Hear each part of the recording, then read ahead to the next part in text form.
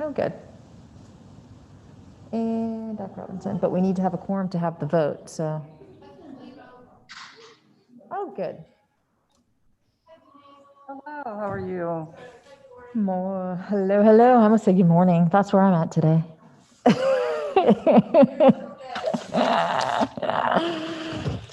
How y'all doing?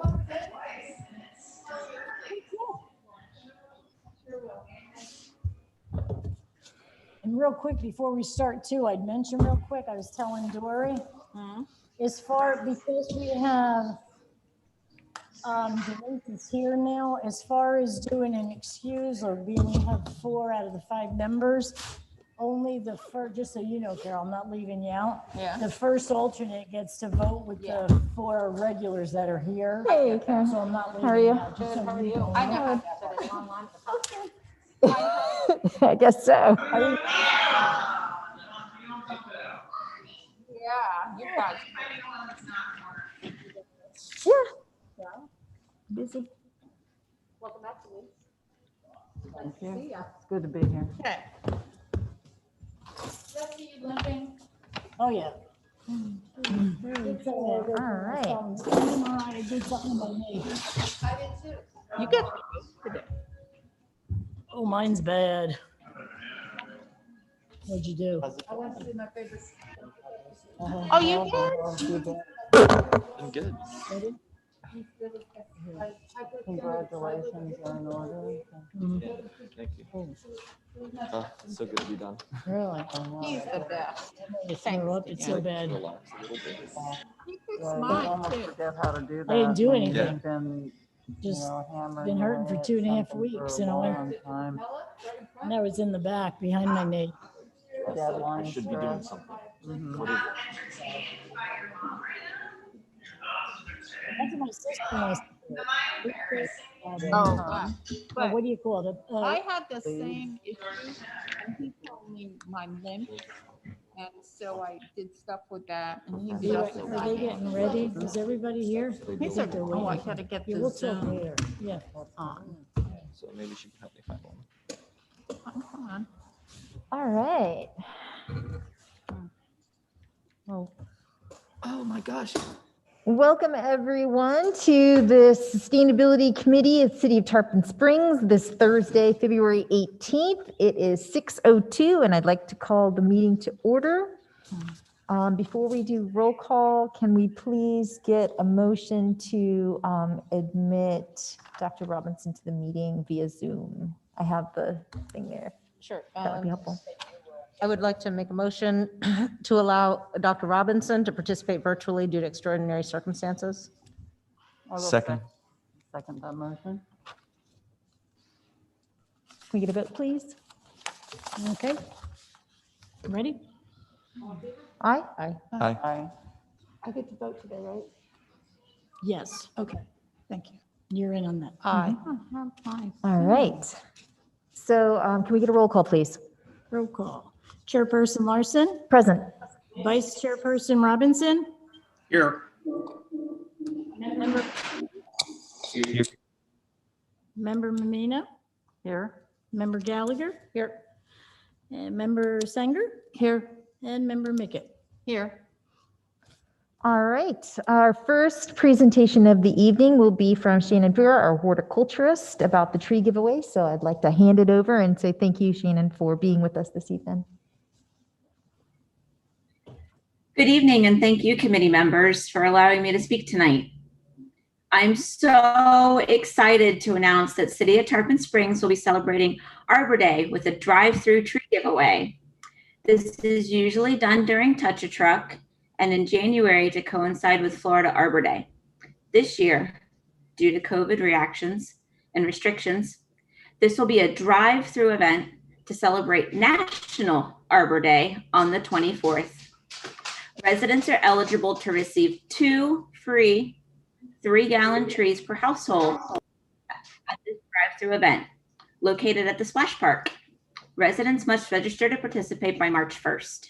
The species available this year are Dahu hollies, longleaf pines, pignut hickory, southern magnolia, and the red mangrove, the official tree of Tarpon Springs. The mangrove is an essential for its shoreline protection and estuaries.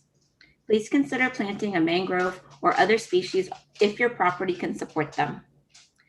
At the time of pickup, planting instructions, care and maintenance, and information provided by the ISA Florida chapter will be handed out. A color-coded paper to the corresponding tree will be put in the window of the vehicle. Then residents will follow signs to one of the 3 designated loading stations. Staff will place the trees in the loading area.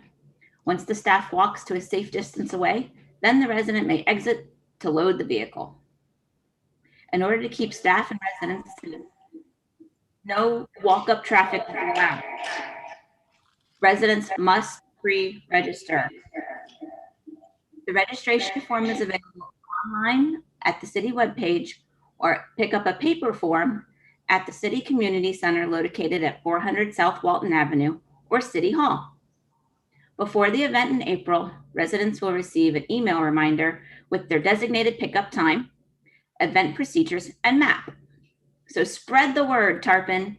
As of this afternoon, we have 35 households who are wanting to participate. Can't wait to see how many residents participate. Thank you. Thank you, Shannon. I have a question. How many trees are there going to be available? So there's going to be a cutoff at some point, right? As of right now, we have not had a cutoff talked about, so I'm fully encouraging everyone to participate. Awesome. Follow-up question. Is there going to be a Facebook post so that we can share it that way easier? There's actually been 2 so far, and Alrighty. probably right before the event as well of the cutoff date. The Recreation has posted it as well as the main Facebook page. I have a question. I went online to the city website and I couldn't find where to sign up for this. So could you say how you sign up? Oh no, Miss Judy was taking care of that. And I know it's up there because I've received a lot of ones via the email link.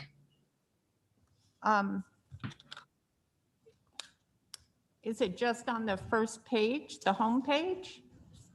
To be honest with you, I didn't check where it is. I know it's there.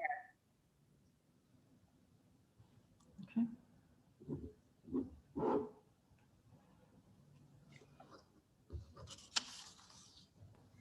Sometime before the end of the meeting, I'll try to find where that is and report back to you under director's comments. Thank you. Perfect. Because I just went just now trying to find it. So that would be a lot easier. Thank you. Appreciate that. Any other questions? I'm really excited about this tree giveaway, and thank you for your work on it, Shannon. Yeah, I have a question or a comment. I'm wondering, is there a flyer a JPEG flyer that could be distributed that I could share on my social media? I believe that's what the Facebook page also had out already. I did provide that to the IT person, and I do know that it was on the Recreation website because I've been working as a team with the Recreation department on this. Awesome, Shannon. Would it be possible for you to send the JPEG to all of us on the committee so we can share on our social media? Is that possible? Yes, ma'am. I will definitely do that. Thank you. Appreciate it. Any other questions or comments on this item? I was just going to say very quickly, if you go to the search bar and you type in tree, it's the second item that pops up for the application. Oh, I did that.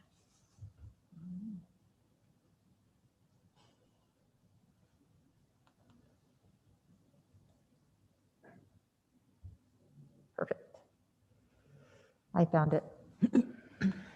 And it doesn't really link to where on the page it's found, so, but it does, if you go in the search, it does pop up right away. So that's good to know. Thank you.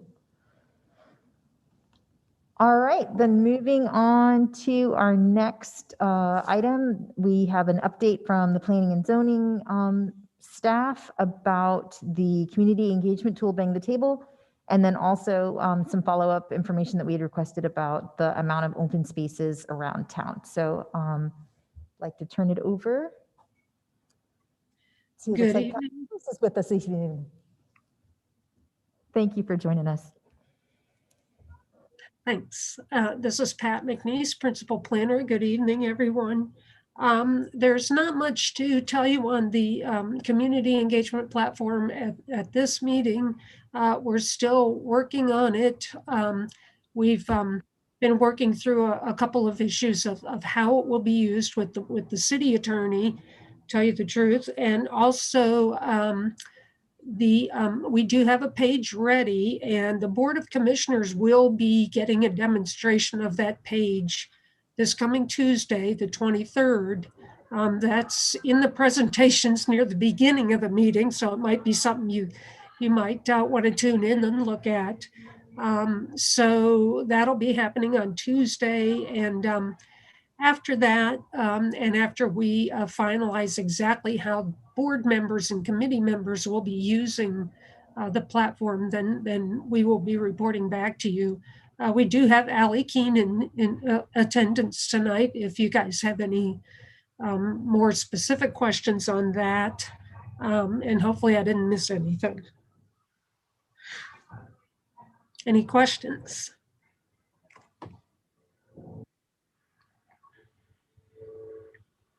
Nope, I don't think so. Okay, great.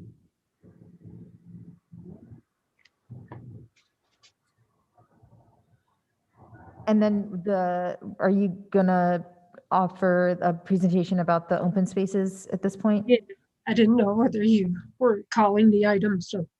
Okay, I'm going to share my screen. And what can we go to? Okay, so at the last meeting, can you guys see that? Yes, we can. It's not in presenter view, but we can see all the slides on the left side. Oh, okay. All right.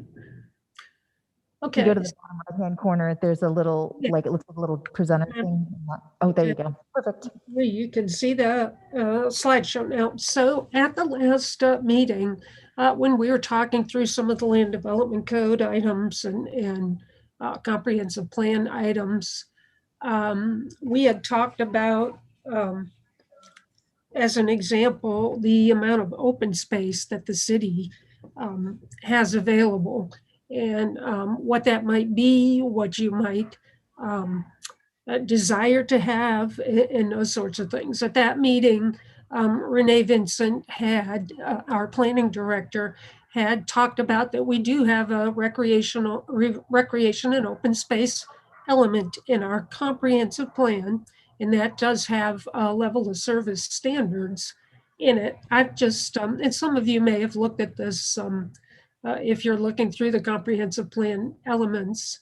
I've just kind of summarized one of the tables from that element, and the important part is kind of highlighted at the bottom.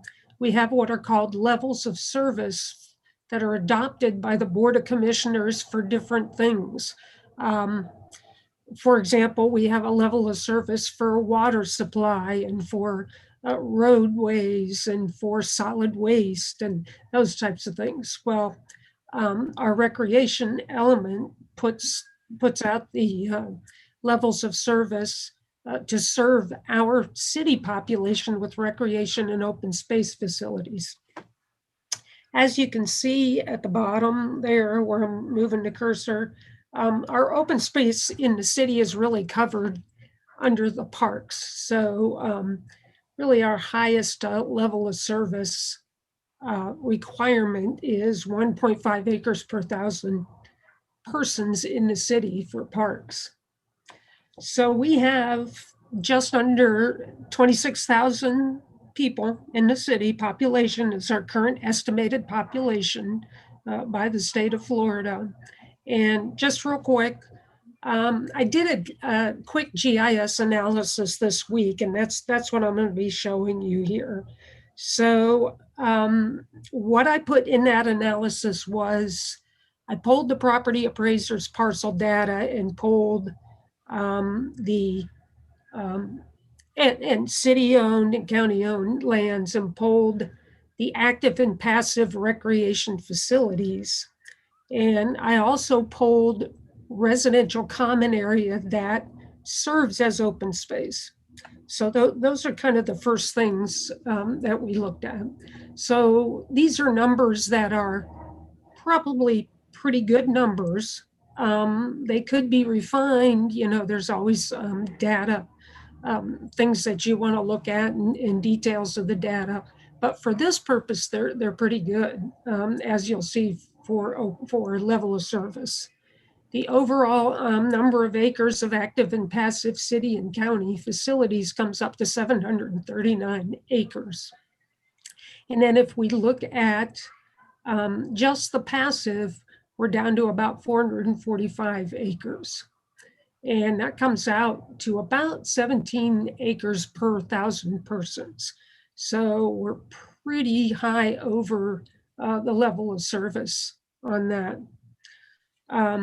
And then if we add the residential open space, which was about 397 acres of residential open space, that's again, common area that is preserved or under a conservation easement or something like that, usually in residential subdivisions and adjacent to those subdivisions.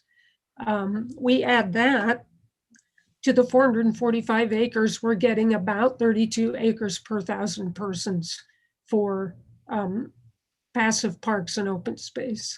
So Renee had kind of, given kind of a reaction last week, a feeling that she thought, boy, we're in pretty good shape for level of service on this. And she was right. We are in good shape as far as most cities in Florida go.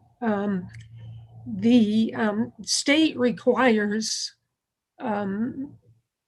us to look at open space and recreational facilities, active and passive. But for a city, it's not as onerous, I guess. We're, as it is for a county. So we're in pretty good shape with that. And I want to show you some maps.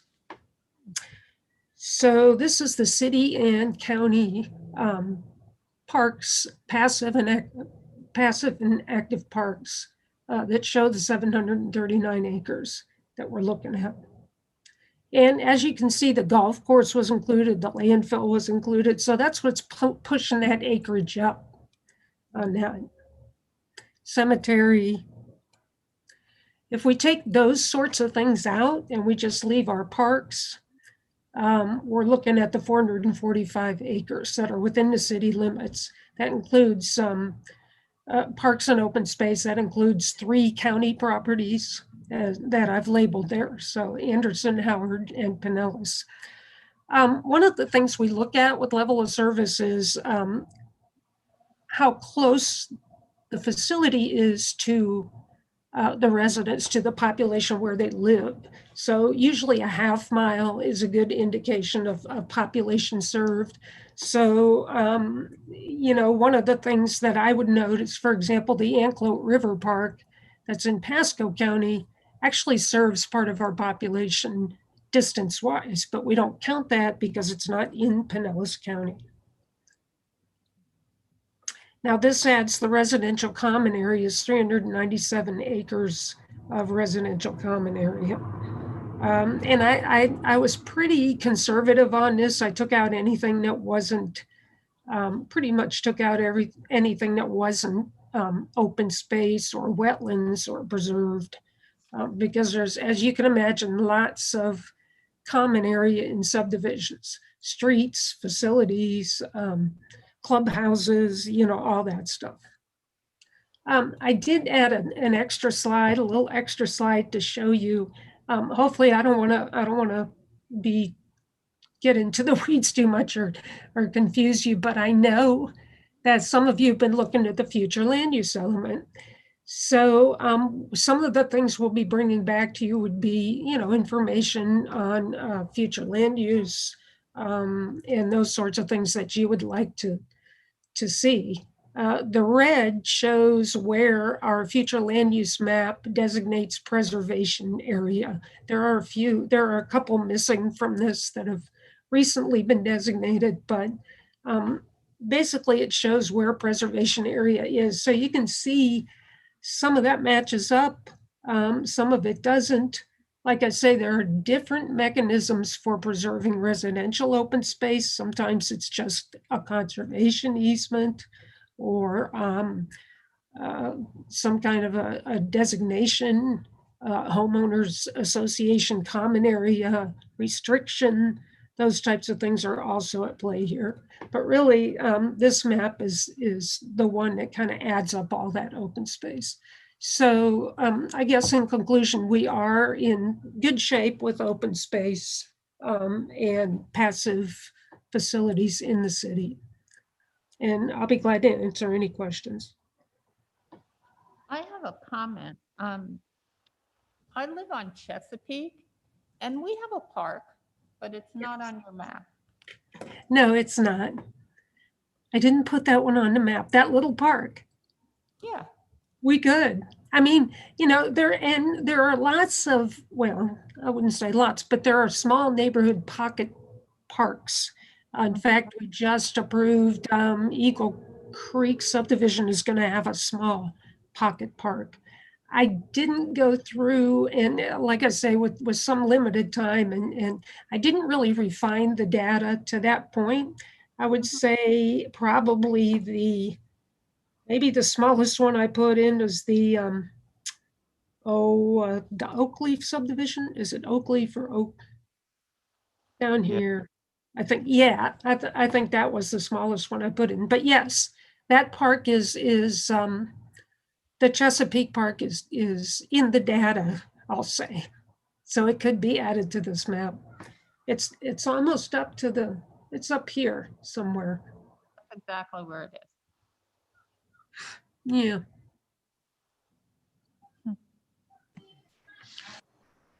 The residential common areas, are they available to anybody in the city any citizen who would wish to use them? No, I would say not generally. Mostly they're available to the residents of the area. Okay, so they're not really common area. No. Well, yeah, the term common area would be as you all know that live in these subdivisions, that would be a term that's used in subdivision documents. So common area is usually controlled by a homeowners association or something like that. So when I use the term common area, it's not referring to availability of, it's not referring to common to the city, it's common to the subdivision. I believe that the comprehensive plan states that we are deficient about 13 mini parks. Yes. Is there a plan to remedy that? Yeah, that's, and you know, recreation element is one that we are looking to update with our comprehensive plan update. The subdivision I just mentioned, Eagle Creek, was required to have a park for that reason. At this point, we're just looking to have those parks created as developments come in, but I would say, yeah, there is a deficiency there, and part of the update of the comprehensive plan would be to approach what's the deficiency, how do we remedy that, and what, you know, how do we keep pace with that in the future? Definitely, yeah.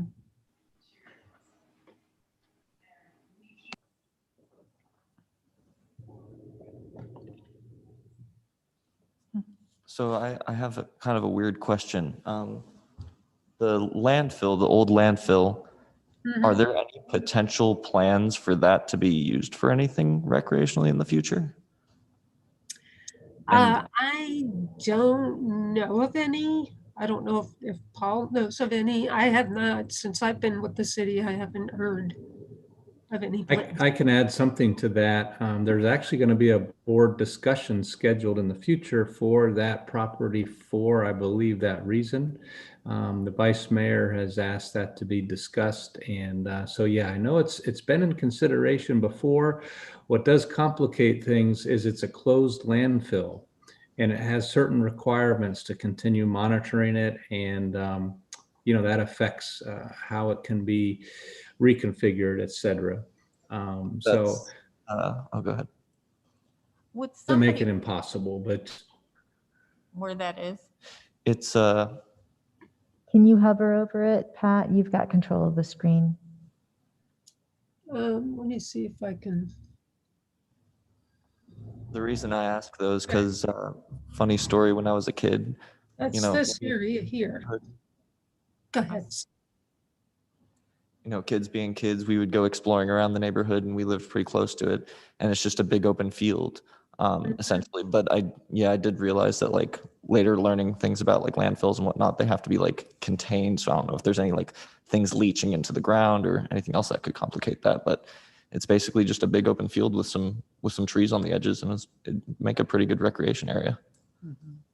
It'd be kind of a big project though, I'd imagine. Is that where we bring debris and things? Yes, that's where the transfer station's right up here toward the north end of that. There's a pretty big section of it where that's not really anywhere near it though. Yeah. Thank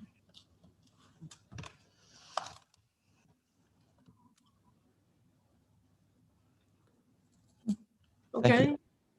All right.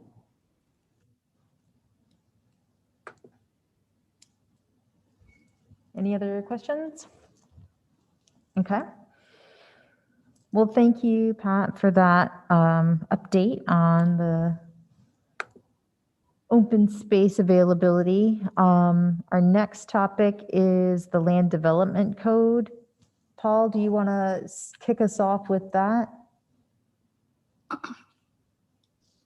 sure. I was hoping Pat doesn't get away too far because we're actually going to be looking for planning and zoning support on this item as well as continuing on the next item. So what we have put in our backup to you all is a summary table of how we might get started on reviewing that. At the last meeting, the committee asked if we could narrow it down to perhaps 3 or 4 topics to start off with, which I thought was an excellent idea, more of a guided tour of the pretty vast land development code.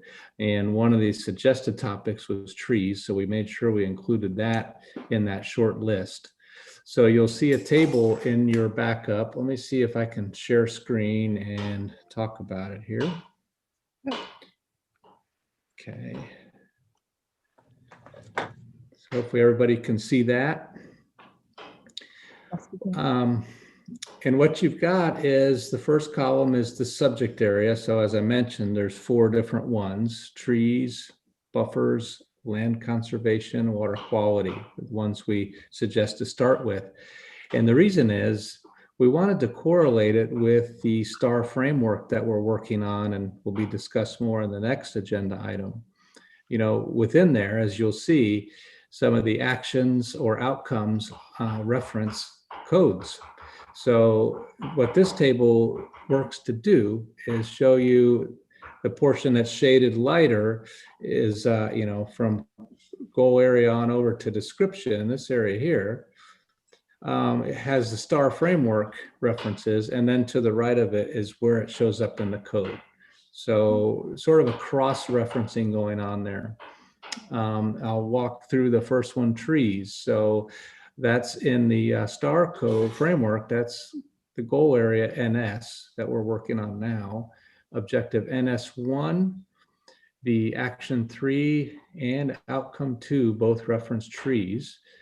Outcome 2 asks for localized cooling through tree canopy, recognizing the benefits of that. And then action 3 looks for codes that require proactive green infrastructure for new developments, and trees would be included in that broad category.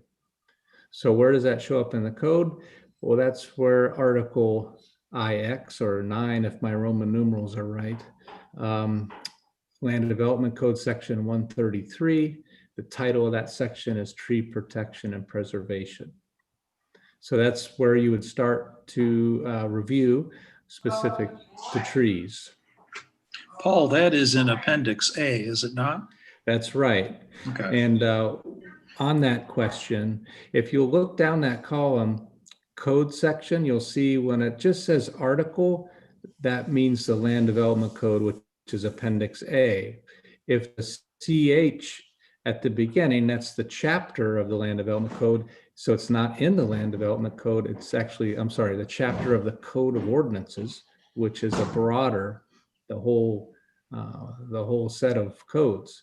And then what article that one would be. So for example, moving down to land conservation, there is reference to land conservation in chapter 2. So that's how it all works. I don't know, Dory, how you want to go with reviewing this further. I thought I'd just give an overview of how it's structured and turn it back over to you. So are there any questions, just as we're kind of baselining and trying to get everybody set as to how we're going to go through this? Does everybody understand the chart and where we're finding these things in the star system and how it relates to the code sections? Dory, at the last meeting, we were told by members of planning and zoning that they had highlighted areas that they thought would be of particular interest to us in green. I can't find any in the Code of Ordinances, et cetera, that have been highlighted. And I'm referring not only to what we got as basic material in our last meeting, but also material that Ashley has subsequently shared with me. And I think I've looked at just about everything. So I'm not sure how, whether I'm looking at the wrong place or whether we should not expect to see anything highlighted in green at this point. That was in the original tables we sent out. I believe the meeting, if it wasn't the last meeting, it was the one before, but what might be throwing you is you won't see green highlighted until you get pretty far in those tabs along the bottom.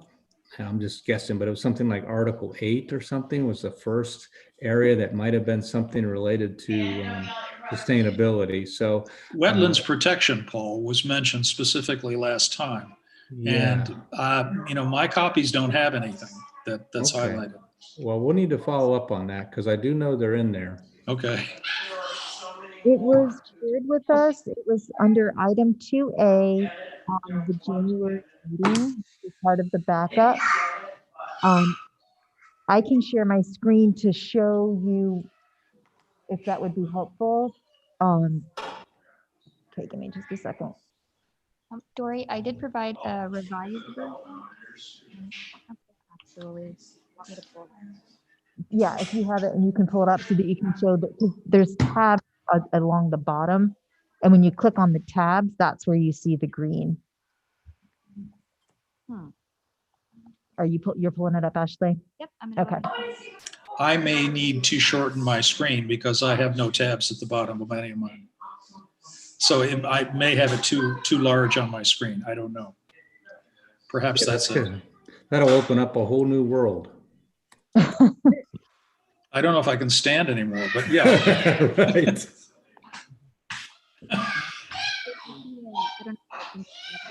Tabs at the very bottom there, and then anything that is highlighted in green.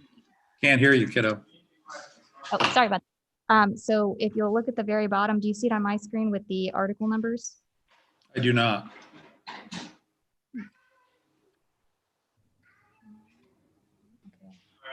Oh, I did there briefly. But there it's blocked by the Zoom. There it is. Now it's back. Okay. Yeah, I have not seen any of the stuff at the bottom, any articles at the bottom. So, okay, if I minimize or decrease the size of my screen, that's apparently what I need to do. Where should I start to look for what we're discussing? An article 9, if you wanted to start there, and there's a bunch of green. It'd be 133 is where you can start. Okay.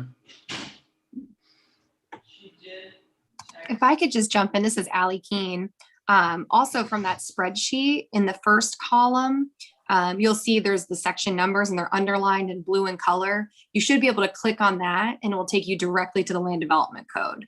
So that might help you navigate a little bit easier. You're talking about the blue the blue highlighting to the left of the screen? Correct. Yep, right there. If Yeah. you click on those numbers, it'll then bring up the internet and it will have the land development code section that relates to that. Yes, I've used those. Okay, perfect. That's pretty simple. Okay, good. Well, then that I'm glad we put that bit up.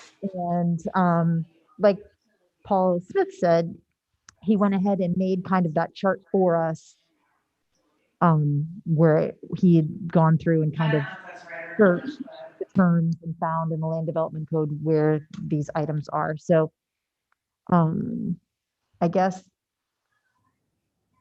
if we've had a chance, let's probably start going through each item and seeing what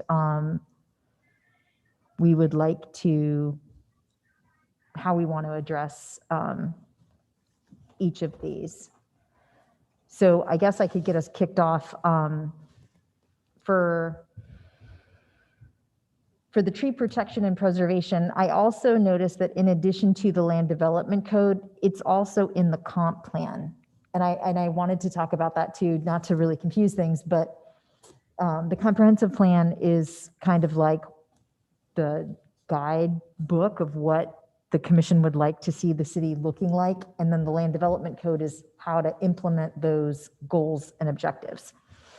So if you look, I guess I'll share my screen.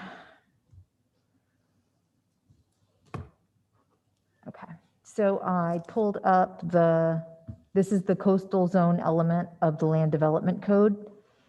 And it actually has objective 1.5 already in it that says that the objective is to require the preservation of native vegetation during site development by implementing standards in the land development code.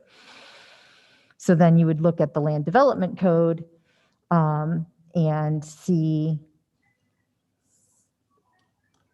how that goal is being implemented. Like, what are the steps that the city is taking to implement that? So I guess my question is, I'm gonna stop my share for this. Can restoration be part of what we're talking about with this? And I'd like to see as one of the objectives or one of the components of the action plan is to develop a plan to protect and restore natural resources through land conservation. And then also adopt local design criteria that would require that proactive green infrastructure. So how do we do that? How do we keep an HOA from planting the trees when the development agreement is signed, and then 5 years later ripping them all out because they don't like the way that they look? And how do we, where is the requirement in the land development code for new developments to add trees? How do we maintain the canopy? So these are my, I guess, kind of questions more than, I don't really have the solution of what we need to write, but that's kind of the questions that I was thinking as I was looking at this, how do we get these things done? Or how do we have the desired effect that we were looking for? And then similarly to what we were presented on about open space, my neighborhood has a common area of open space, and we have some nice pine trees, but it's also got St. Augustine grass and it's irrigated, and it's effectively like a drainage ditch when it rains too hard. That's why it was built. So I would love to see our neighborhood turn that into more of a preservation area with some scrub habitat and things that would have been there. It was pine uplands originally. So how do we encourage that kind of transition too? I mean, it kills me that we're paying our HOA dues to water the grass that's basically a drainage ditch. So I'll stop there. That's food for thought.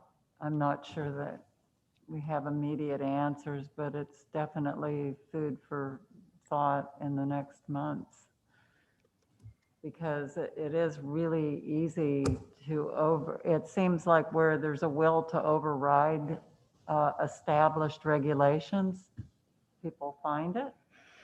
And, you know, it's something that's going to take, I think, education and hopefully a shift in the consciousness about the values for the things that we're talking about, because no one wants to feel that their government at any level is forcing them to do something that they haven't really the agreement on.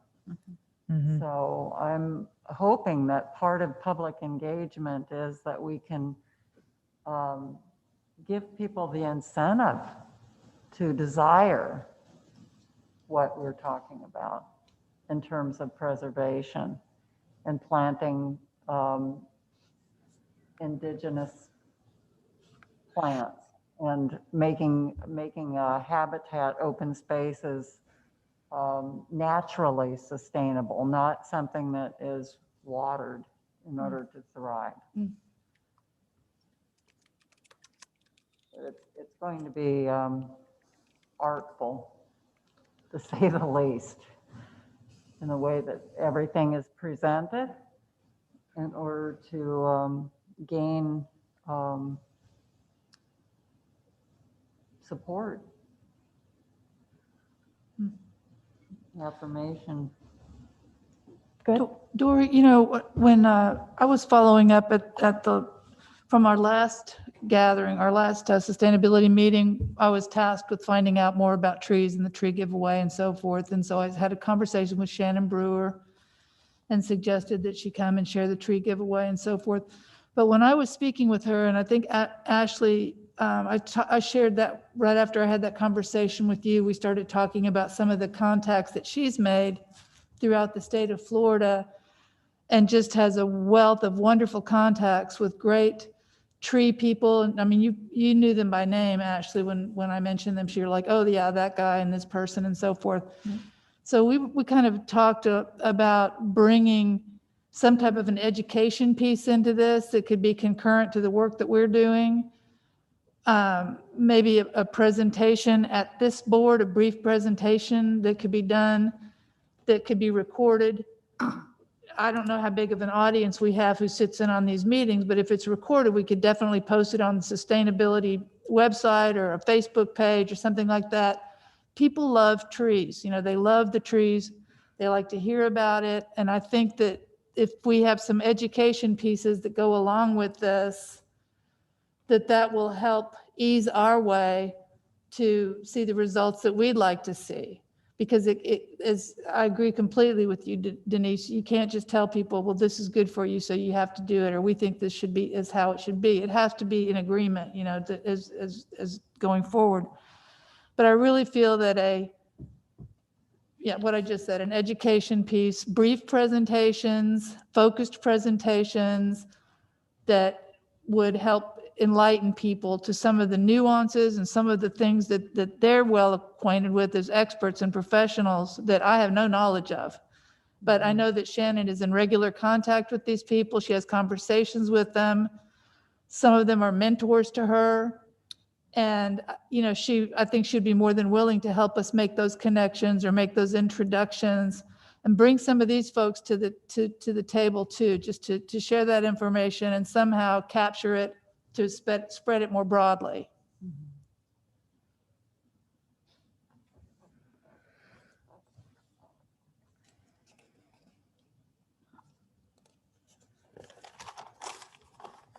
So I did read through the tree section a little bit, and there were mentions of like maintaining natural communities and xeriscaping and things like that. So they're already at least mentioning it. I'm just not sure how to, you know, like you said, there's still ditches with St. Augustine grass that just, you know, we're still watering. So how do we kind of move it a little bit more in the better direction? Do we have, as a committee, I mean, do we have some type of a shared vision of what we'd like to see?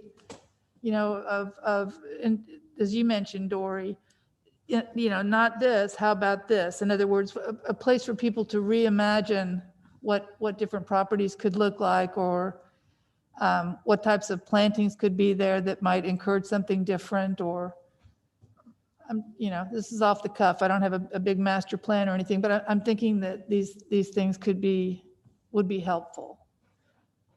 Rather than just say, well, we don't like this, Right. So say, well, this could be reworked into this,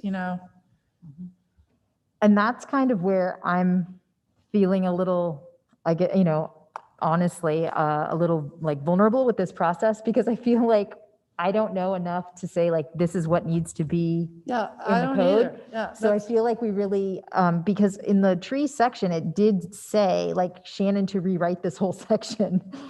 So I almost would rather see like what they bring as like suggestions and recommendations, and then we kind of give some feedback instead of us trying to Right. come up with the recommendation, because Right. I'm not that expert. I'm not that staff. I'm not, Nor am I. And that's where I was saying something to present a different view of what it might look like, not of us coming up with that, because I don't have the expertise to do that either. I have no idea. But I know that in some instances, like when you mentioned that, there has to be a better way to do that. There's a better way to do retention ponds, detention ponds. There's a way that makes more sense.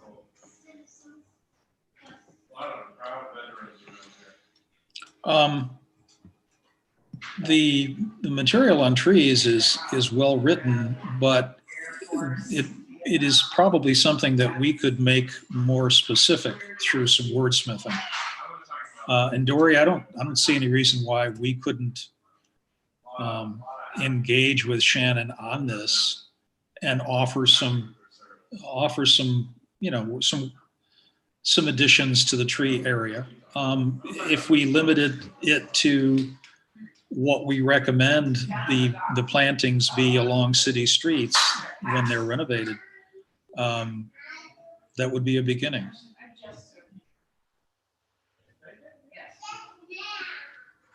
Pat, are there, I know that you guys had, obviously you're aware of wanting to make changes to the land development code. Are there recommendations that you guys have at this point on how to strengthen this section so that we can have, my vision is what Shannon was sharing. And when I watched those videos about, like, instead of thinking of it as a tree, thinking of it as like the ecosystem and how it works as a cohesive unit to offer benefits to the city. So, I'll stop there and let you answer.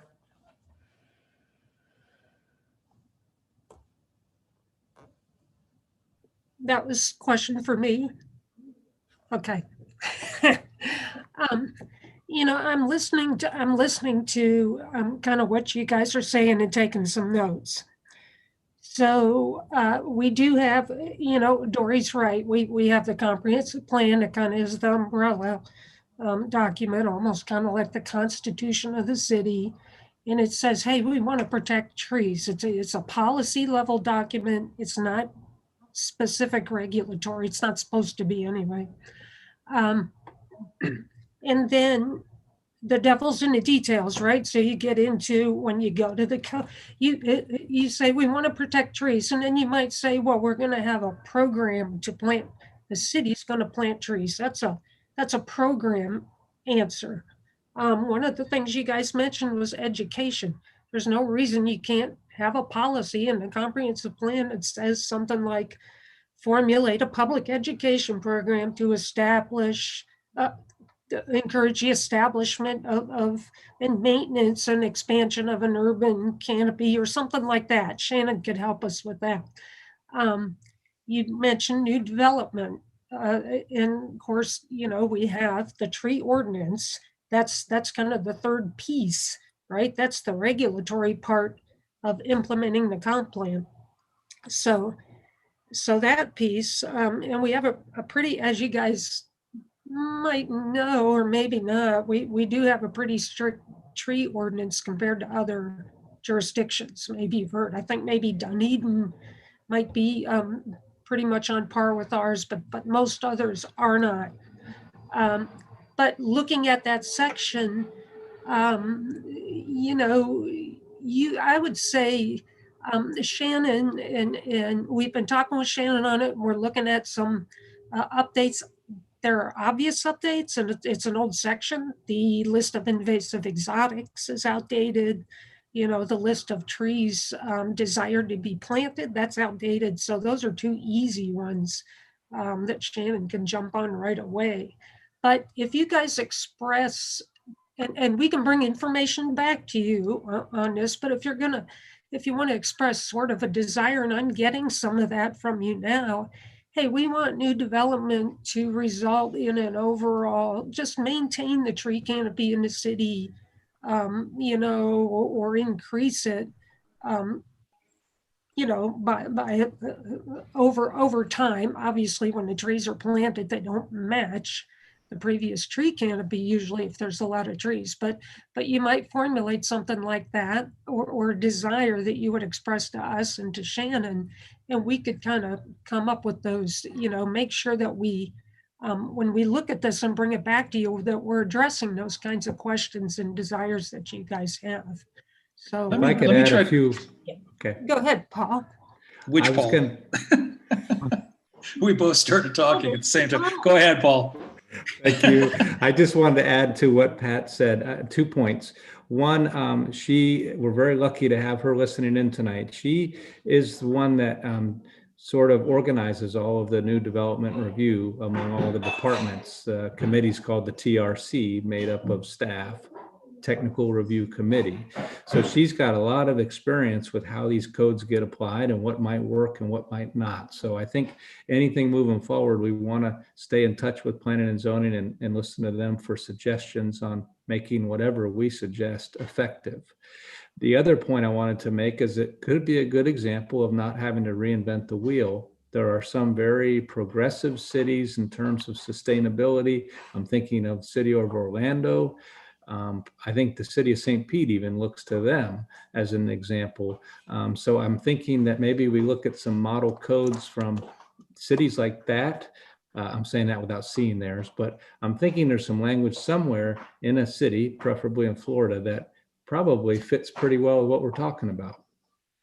And I know that Shannon's already looking at some of those. So I wanted to be more specific in just a couple of instances. There are developments in this city in which trees were planted as the development was being constructed in locations where their roots would become a problem because of the proximity to the houses, to the buildings, et cetera. And this caused a huge brouhaha with one particular development to the west of where I'm sitting. And if you look at Bayshore Heights, which is a very recent development, you look at where the young trees have been placed, the roots of those trees are going to be a problem because they've been placed too close to the houses without apparently any foresight of what's going to happen with those trees in 5-10 years from now. They're going to be removed. So we should probably have some fairly specific language added regarding new development and existing development for that matter, in case somebody chooses to replace trees with trees that are, again, too close or in other to buildings or streets or in other ways will not be viable. As far as city streets are concerned, I want to refer specifically to the renovation of Court Street.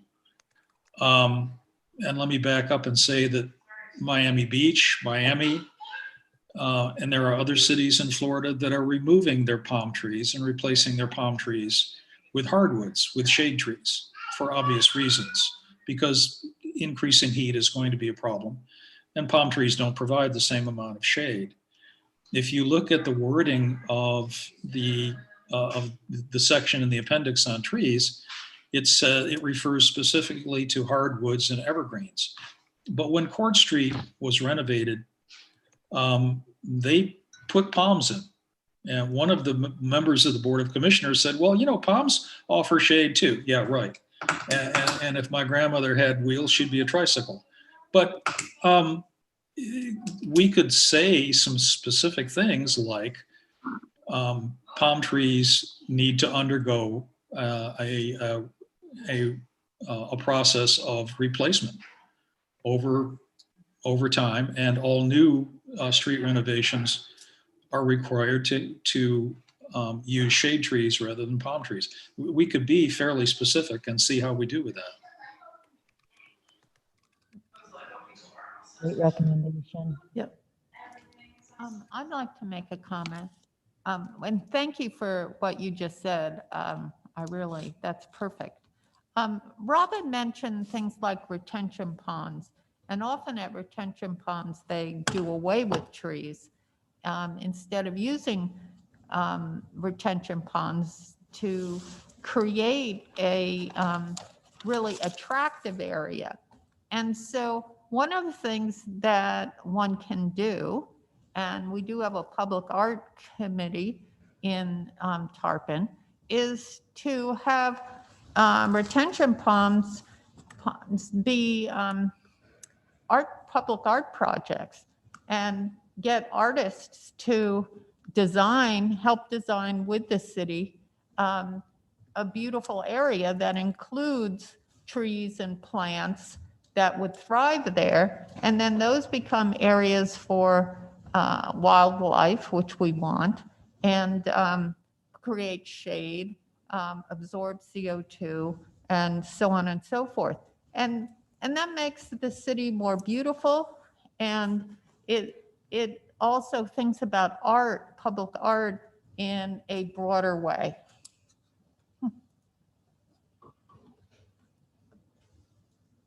I think that's a great idea, and that's part of the green infrastructure that I think we're going to continue to have a conversation on at a further meeting. So yeah, I think that's definitely part of it, and that's a great idea to incorporate and think of it as art as well. Okay, so are there any other comments on the trees before we go on to the next section? Okay. So the next item is wetland protection, and I'll get us kicked off. I looked at trying to find some examples of other communities' wetlands protections, and went to Alachua County, and they have this table of wetland buffers that I thought we might consider for recommendations to strengthen the wetlands buffers that are currently identified by the city. And then I also found, and I'll share with the group, this document that is from the EPA.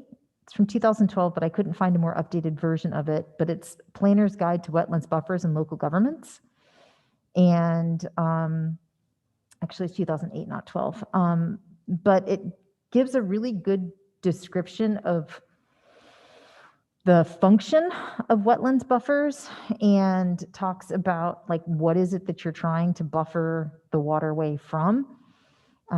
So is it sediment? Is it nitrogen? Is it phosphorus? Are you trying to create habitat for wildlife? And then it also has some, in those, the distance that are recommended. And I think at one point, Tarpon's is 15 feet. And as you can see, some of these are considerably higher than that. So I would definitely want to see the city look at making the buffer width bigger. And what I noticed in Alachua is that they have an average and then also a minimum. And the question I have is, they reference outstanding Florida waterways, and I could not tell. I tried to pull up some different maps to see if the Anclote River or if the Gulf is considered, like St. Joseph Sound there, if that's considered an outstanding waterway. Yes, or if not, is there Anclote criteria? River is. The river is. Mhm. So, they've got outstanding Florida waterways, 150 average and 100-foot minimum buffer. So I don't see why, if Alachua County is not doing that, that we shouldn't be following that lead as well. I'll stop my share there and open it up. I think that's an excellent point, Dory. I think that's having that kind of concrete example that's being done elsewhere, and to highlight our outstanding waterway at the river. It makes sense.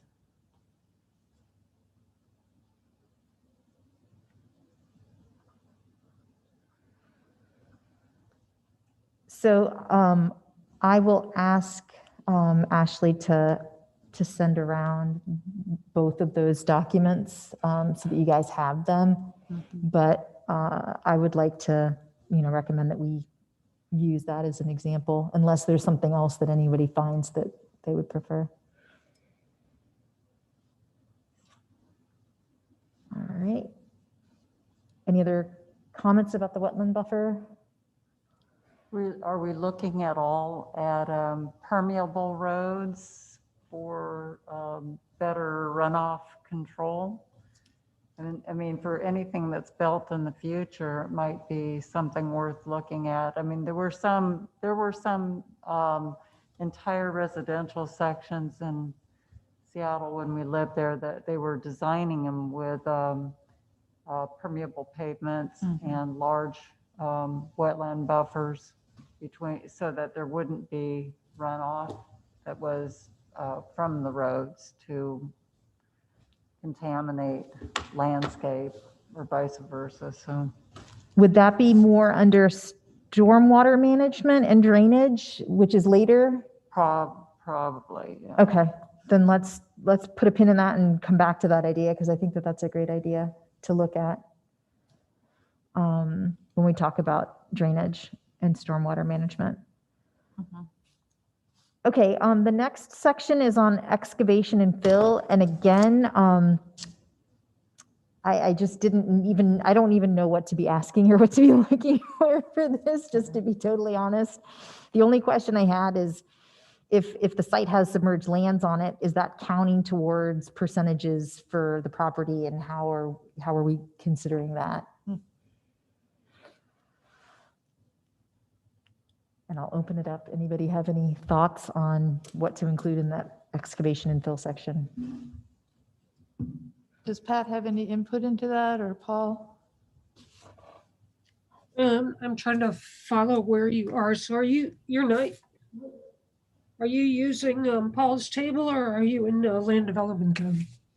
I'm using Paul's table. So it's the under buffers, it's the second one. So in the land development code, it's 64, excavation and fill. Article. Yeah. Okay. And I'm sorry, what's your question on it?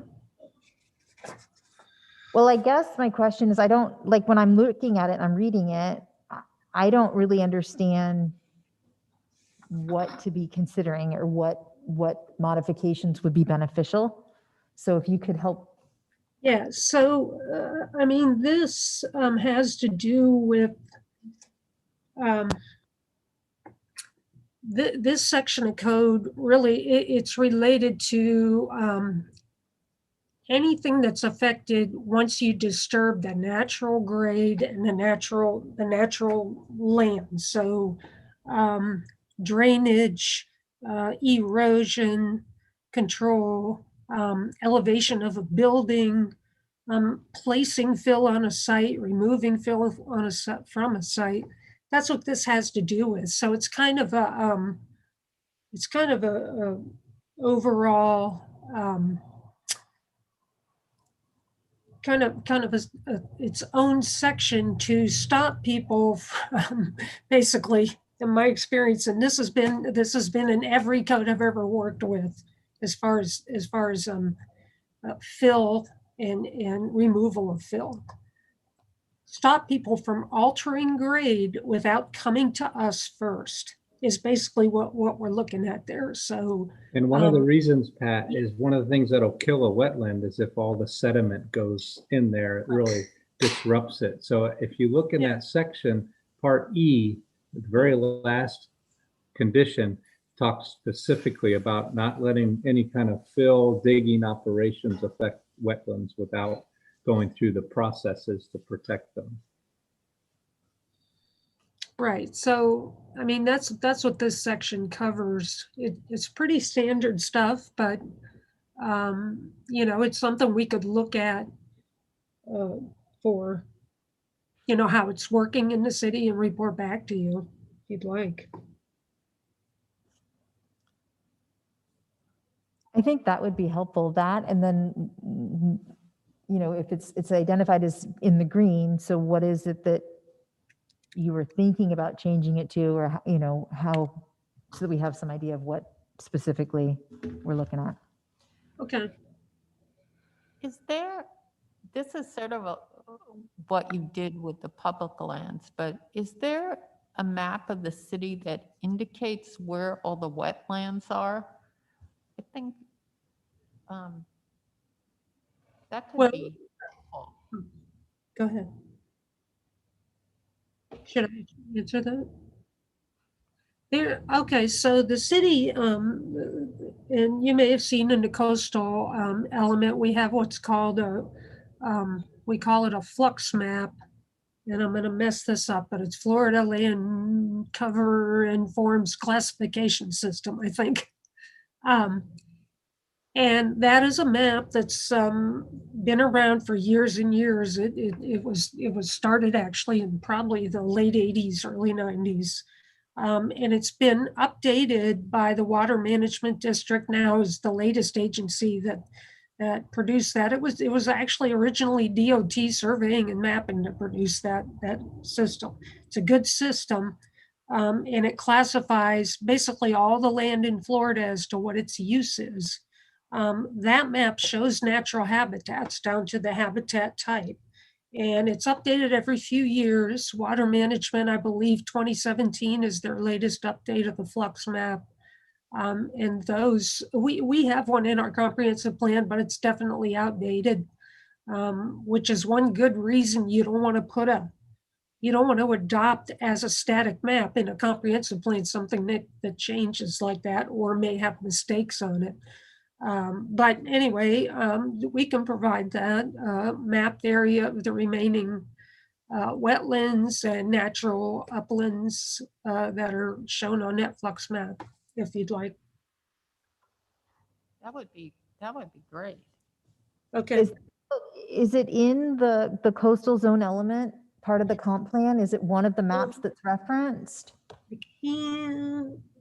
I can pull it up. I've got it on my computer. I think it might still be in there, and it should be figure 19 if it's still in there. Is that, can you look at my screen? Is that what that is? Yeah. So that's in the comp plan, which we can send that to everybody as a backup document. It's on page 126 of 154. Yeah, and like I say, I can provide the most recent flux map, which this map has. It's just not accurate at this point, but it's good enough for an overview.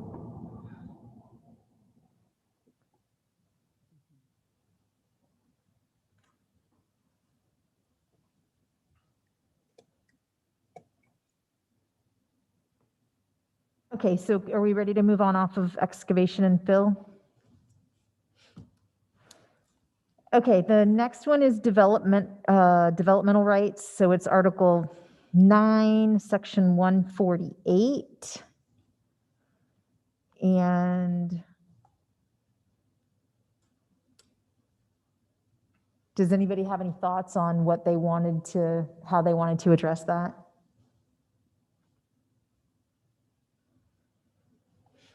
Honestly, I thought we were only going over the trees section this time, so I'm not fully prepared, but I can review everything and then come back to it.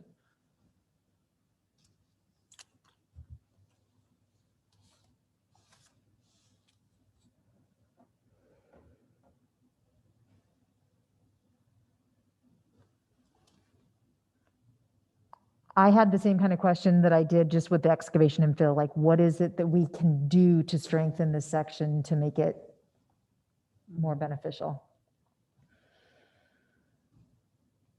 To make it perpetual.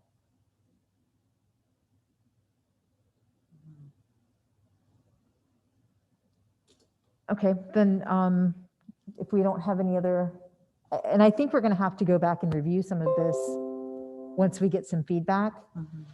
And I think maybe even going forward, it might be good for us to have some recommendations from staff so that we can look at it and say, this is what we think might be good, because I don't know how else to proceed with this really effectively. And also what would be an easy way for us to amend it when things change? Or in other words, Pat said, don't put anything in concrete if it's something that's always shifting or something that gets outdated real quickly. How we can include things that to adapt to the changing world, basically, like what is concretized and what is flexible, basically, what we can work with and change more readily versus, having to go in and reinvent the wheel in order to add something new. You know what I'm saying? Mm-hmm. Yeah, and just to explain the difference, so the flux map, the reason it's not good to adopt a map like that is because it's really information, it's really data. It's not a future plan, right? Like the future land use map that you're going to adopt.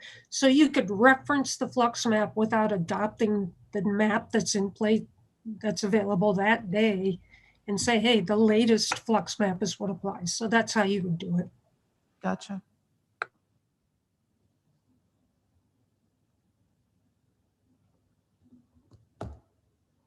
Okay, the next section is land conservation. So that was the orange color.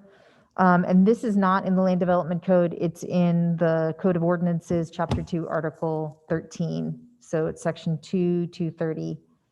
Do we all know where that is compared to the other document? No. Say that again, Dory. I'm just asking if we know how to get to that. Yes, but what is the document you said? It's the Code of Ordinances, Chapter 2, Article 13, and then it's Section 230. It's talking about the Land Preservation Fund. Currently, we're in the appendix, right? Right. So here, let me do a share Do you do it again. on the side panel? So, Yes, there it is. okay, that's excavation and fill. This is, Chapter 2. so Appendix A is where all of the stuff has been. Mhm. This section is up higher Chapter 2. in Chapter 2,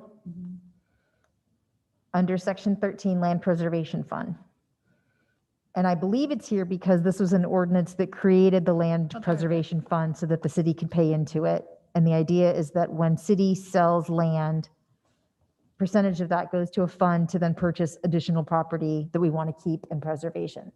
But my understanding is that it doesn't have a significant amount of money in it, and because the city hasn't been selling properties. And is that kind of correct, Paul Smith? I'm going to need to, I don't have much knowledge on that. Okay. So I think that the idea is looking at this and how can we strengthen this so that we are either generating more funds for it or finding a way annually to figure out how to disperse the funds. Is there a process right now, Pat, that you know? Does the city have a process where we're actively looking for sites to purchase with the Land Preservation Fund? Dory, at one of the recent commission meetings, Vice Mayor Carr mentioned that specifically. He said that when the next budget rolled around, he would like to have more dollars put into this fund to purchase desirable properties, as I recall. And that was a couple of months ago, maybe. So it's in his mind, and it's in I think it's going to be coming up for the commission. So it would be a good, dovetail. Right. So if, I mean, if you look at section B, number 3, it says the Board of Commissions shall on an annual basis consider whether to appropriate up to 10,000 to land preservation. So it looks like annually they can only put in 10,000. That would be something to consider, that's not enough. I think that's what he was talking about, was upping that amount to where it was something that could. And could that's where it's do something stated with. in section B, number 3. yep, I see that. My only question on that is if it is addressing upping the amount, The question is, are we putting anything in at this point? If it says that they can consider whether to appropriate up to $10,000, and to be fair, over the past couple of years, I have absolutely no idea if anything's been put in there or if they've been putting in $10,000. So it'd be interesting to know, to your point, Dory, is kind of like, well, what's in there? What's currently in there? How much has been fed in there over the past couple of years? And really kind of an overview of what's going on right now with the Land Preservation Fund. Because if we're addressing it or looking at it and saying, that this is very pertinent and what have you, to be fair, I can read all this, but I have no idea right now what's incorporated within that. Or if there is a staff member who's tagged to do this, and you know what I mean? And, I mean, right now, I feel like we're working with, or me personally, because this is something that I have no knowledge on whatsoever, is what lands are considered a portion of that land preservation, like that we are preserving or we're purchasing and preserving. How much money is being put in here to either purchase that or to be used in preserving what we currently have. What is the purpose of the fund? In general, I understand the theory behind it, but really I would be starting from absolute zero, because I feel like I have absolute no knowledge of what the Land Preservation Fund is at this moment.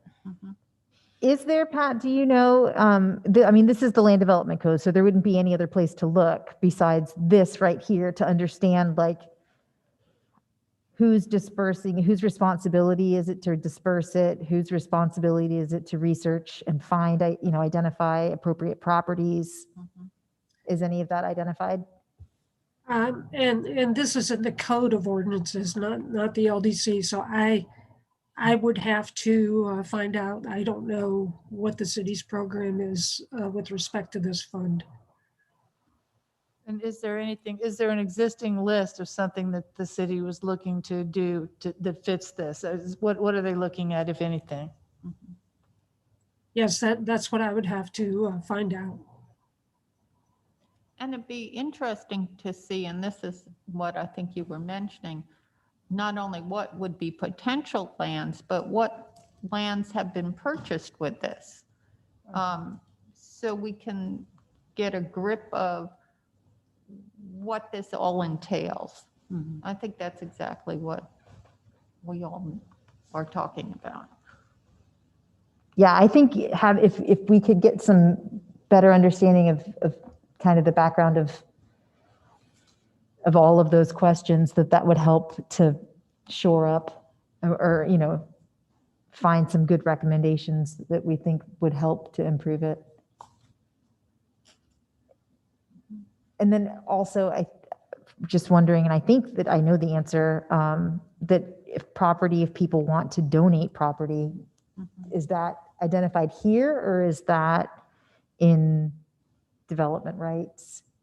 I think, wasn't Jesse Burke's property donated to the city, and that's what the community garden Yes. property is?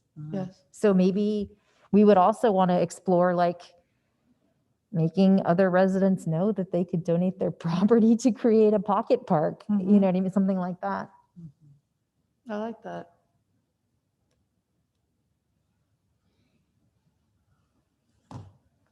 That's absolutely the only one that I know about. Yeah. Also, one of the things that happens, let's say you donate land, there still has to be money available to maintain it. Right. So it's not as though that's free to the city. Right. So one also wonders about this preservation fund, if some of that funding's for maintenance, or does that just go into another budget? With the parcel of land that used to be Jesse Burke's, I know that there was there was an organization for the community garden that is a nonprofit, has nonprofit status, and they're the ones that are responsible for that parcel now. But that was that was a process, you know, it's not something that the city owns, or the city does own it, but it's being managed through the nonprofit organization. But the city I does did, that too, like for watering and Water. sprinkling and Yes, things like that. The correct. city participates in Yes, it. they do participate actively. I did notice that section C of that same section does set up a procedure for just what we're talking about here. Real property donated to the city goes through an evaluation of if it's an environmentally sensitive land and can be used for that purpose. So there is some language there under C if you want to take a look at that later and see if that meets some of your ideas.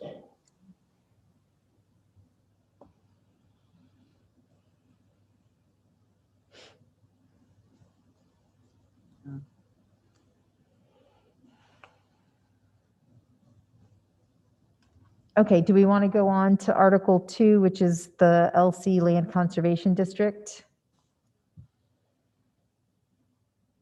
Did anybody have any thoughts about that and how we might want to address that?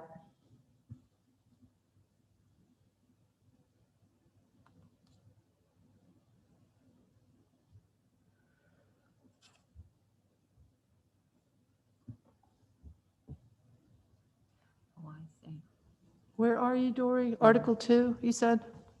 I am in Article 2, and it's the section is 25.19.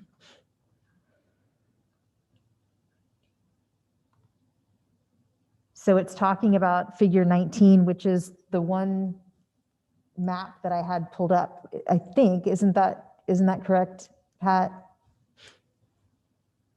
Yes.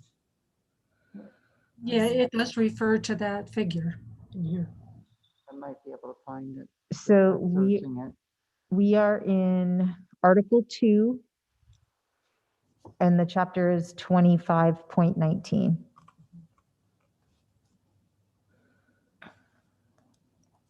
And Could you share your screen? Yep, that's a good idea.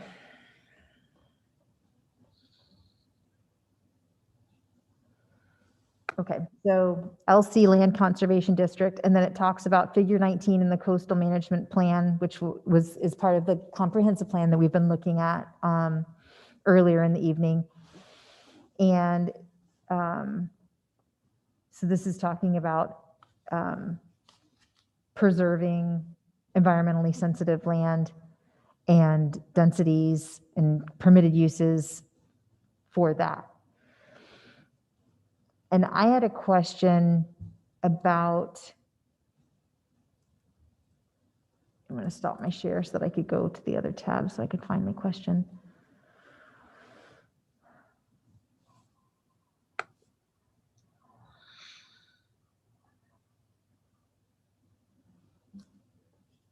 In the comp plan on page 105, it has objective 1.6, which is to conserve and preserve vegetative, wildlife, and marine communities through the transfer of density rights. So I don't understand what density rights are. If you could give us some understanding of that, Pat. Sorry to keep putting you on the spot. Okay. So every property in the city has a future land use map designation and a zoning designation. And along with that designation is an assignment of density, residential density, and intensity, which is floor area of a commercial use. Some, not every zoning has both of those. Some have just one and some have just the other. So for something like wetlands or the preservation future land use, the comprehensive plan and the land development code allow the transfer of the assigned density to those areas, for example, wetlands, to be transferred out of the wetlands to be used on the upland in order to preserve the wetlands and still and still provide basic property rights to the property owner. So that's what transferable development rights are. You can transfer residential density. You can't really transfer commercial intensity, pretty much just residential density. And that's all, that's measured in dwelling units per acre. Does that help? When does it get designated? If someone transfers density out of it, you mean? Is that what you're saying? When does it get rezoned? If somebody has a piece of property with wetlands on it, and we've had, 3 or 4 larger developments in the last couple of years where this very thing has occurred. So there are wetlands on site. They are preserving the wetlands. They're required to put those in a preservation future land use category and record, conservation easement on them when they transfer if they're transferring units out of those to use on the uplands. So that all occurs when they rezone the property and amend the future land use map if they need to do that.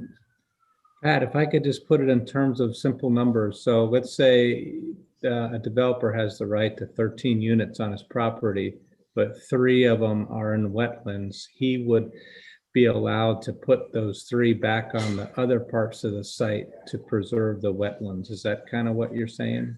Yes. Okay. Thanks.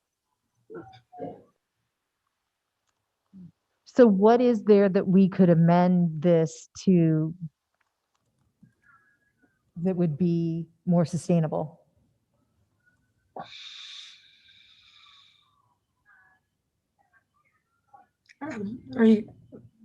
That's a question for me. Okay. Well, I'm trying to think if there's anything that would be needed here.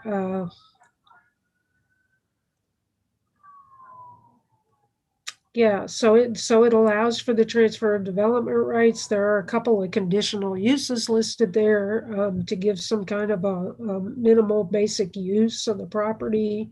It's got very low floor area and impervious surface area ratios. So I guess what we could do is when we come back at some point, we could bring back where those preservation and land conservation zonings are for you to look at and see if there's something about those areas that you feel you want to address. Would that help?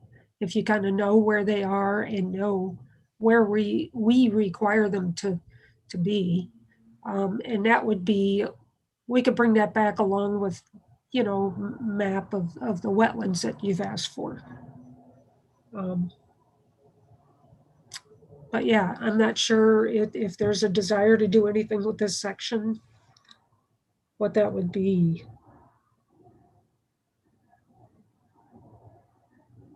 Okay, well then let's put a pin in this one because, and go ahead. I do have a question, and it's coming from a complete lack of knowledge in this. But this, I see the old Winn-Dixie property all the time, and it's a vast parking lot that's barely being used. And I look at that and I think, what an opportunity for nature to reclaim this.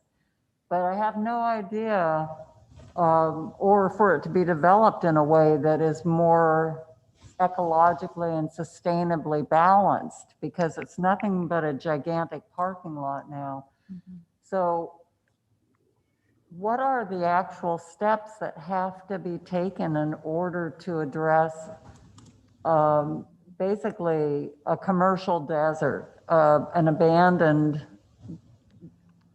commercial property? How do you approach that? you know, I know that we're talking about privately owned, but in a situation where you have something that has already been zoned for commercial, yet it's not being used, hasn't been touched in a long time, what are the steps?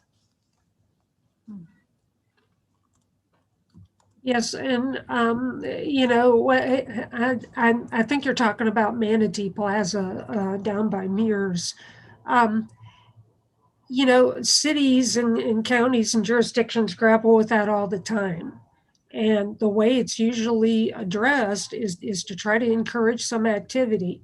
That property is in the city special area plan. And it's got, you know, it would, you know, hopefully incentivize some kind of redevelopment of that property, as is the focus of the city special area plan. If you guys know what I'm talking about, that's what the SMART code covers, the special area plan of the city. So, you know, there are different mechanisms cities use to try to encourage redevelopment of these outdated and old properties. For Tarpon Springs, that is basically probably the primary mechanism in place right now to try to redevelop, encourage redevelopment of that property. And I know it's been actively marketed in the past. I'm not sure where they're at with that, but we have had, you know, people come in and inquire about what could be done with that property, and you know, that's basically the mechanism we have in place, is a platform for redevelopment that we hope some developer will take advantage of at some point. Well, Pat, to follow up on that, would that property have to be developed commercially, or could it be residential, or could it be mixed use, or what, do you know what the parameters of that are? If someone came in and said, I want to put 20 townhomes on there, would that be a possibility? Or would it have to? Yeah, the special area plan allows a wide range of uses and mix of uses. So, you know, without looking at that transect, I couldn't be more specific, but, and I know we don't want to get into the weeds with that, but the whole special area plan is really designed to allow for the mix, and for both types. So it could potentially allow any of those things you just mentioned. Or maybe like in Dunedin, where they have apartments above and commercial below, like Joe Kokolakis did in Dunedin, where yeah. Definitely. The redevelopment of a property like that, and if we're writing a plan, I mean, to me, it would be really important to reimagine it in a sustainable way and be able to identify what that means, and what part of the sustainability plan does that fit. To make some sort of not a guideline, but an incentive to incorporate the preservation of nature in balance with development. I mean, it has to be written somewhere. And it needs to be written in the land development code, is my understanding, but I don't know that there's one place in the land development code that meets all of those things. So like, that's why we're trying to go through this land development code and see, like, so if there were wetlands on the property, then when it gets redeveloped, they would have to be stronger than they currently are. And we want to see some green infrastructure, then we've got to put green infrastructure like criteria specifically in the land development code. So originally there may have been wetlands there, and there's an opportunity for that property to be a balance of both development that is man-made and also natural, in order to really have it in balance again, because right now it's completely out of balance. And that's why I'm asking. I understand that it might not be what we're focused on at this moment, but I feel like when we're talking about sustainability, it has to be woven into every aspect of land development. I agree. But and that's where I'm struggling, is trying to go through this piece by piece when I don't really understand the ramifications and I don't really understand how to improve it. I don't think this is a real effective use of time, honestly. So I think we're gonna have to regroup on how we go through this going forward. I have a question about one thing that's mentioned in here under C, conditional uses, is golf courses. Is there some place in this plan that talks about golf courses? And because, golf courses use an awful lot of water to maintain grass as opposed to trees and things like that. So is there in here a place where it talks about requirements for golf courses to be sustainable? I'll answer something on that. As far as I know, there's only one golf course in our city limits, and that's the Tarpon Springs Golf Course. And that golf course does use reclaimed water as its irrigation source. So I think that is pretty well done already. Pat, I don't know if you have anything else to add. Yeah. No, I don't. Paul, can I just ask a question since we're on that? Do you know, fertilizer wise, how they maintain the greens there? Because I know that's a big problem, and I'll skip our city, but I believe Innisbrook, because of the maintenance there, a lot of their waters, the park ranger at Wall Springs said they have algae blooms in there a lot.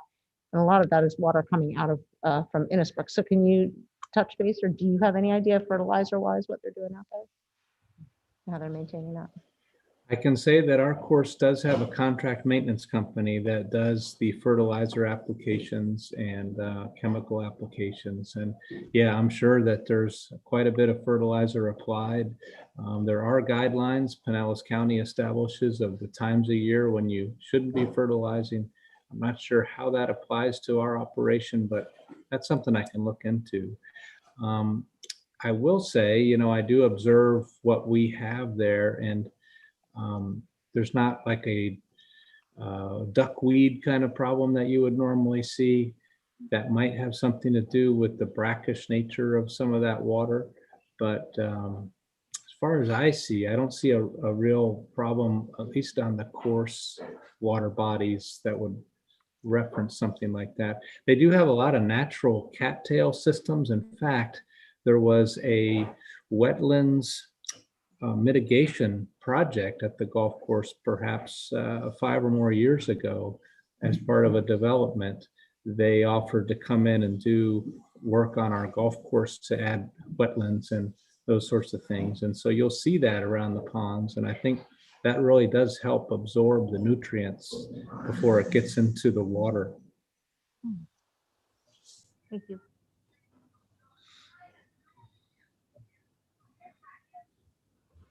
So is that something that's required, like in the code, or it just happenstance that we're lucky that that's been put in? Well, I won't say, talk about luck. But I don't think that there's something specific in the code, if that answers your question.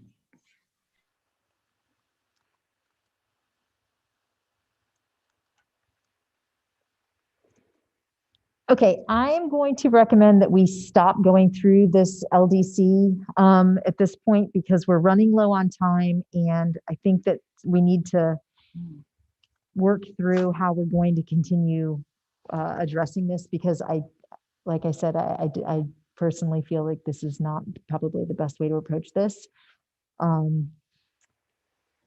So if you guys are okay with that, and then if you have recommendations on how you would like to be giving input to the land development code going forward, then please reach out to Paul and share those ideas, unless you have something right now as an idea of what we can be doing differently with this.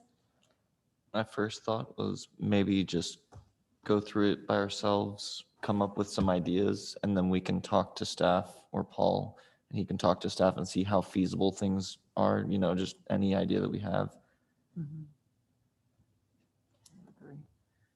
Or maybe we could just take one and go through it together in detail with maybe, like if we looked at the trees section, and then have Shannon here.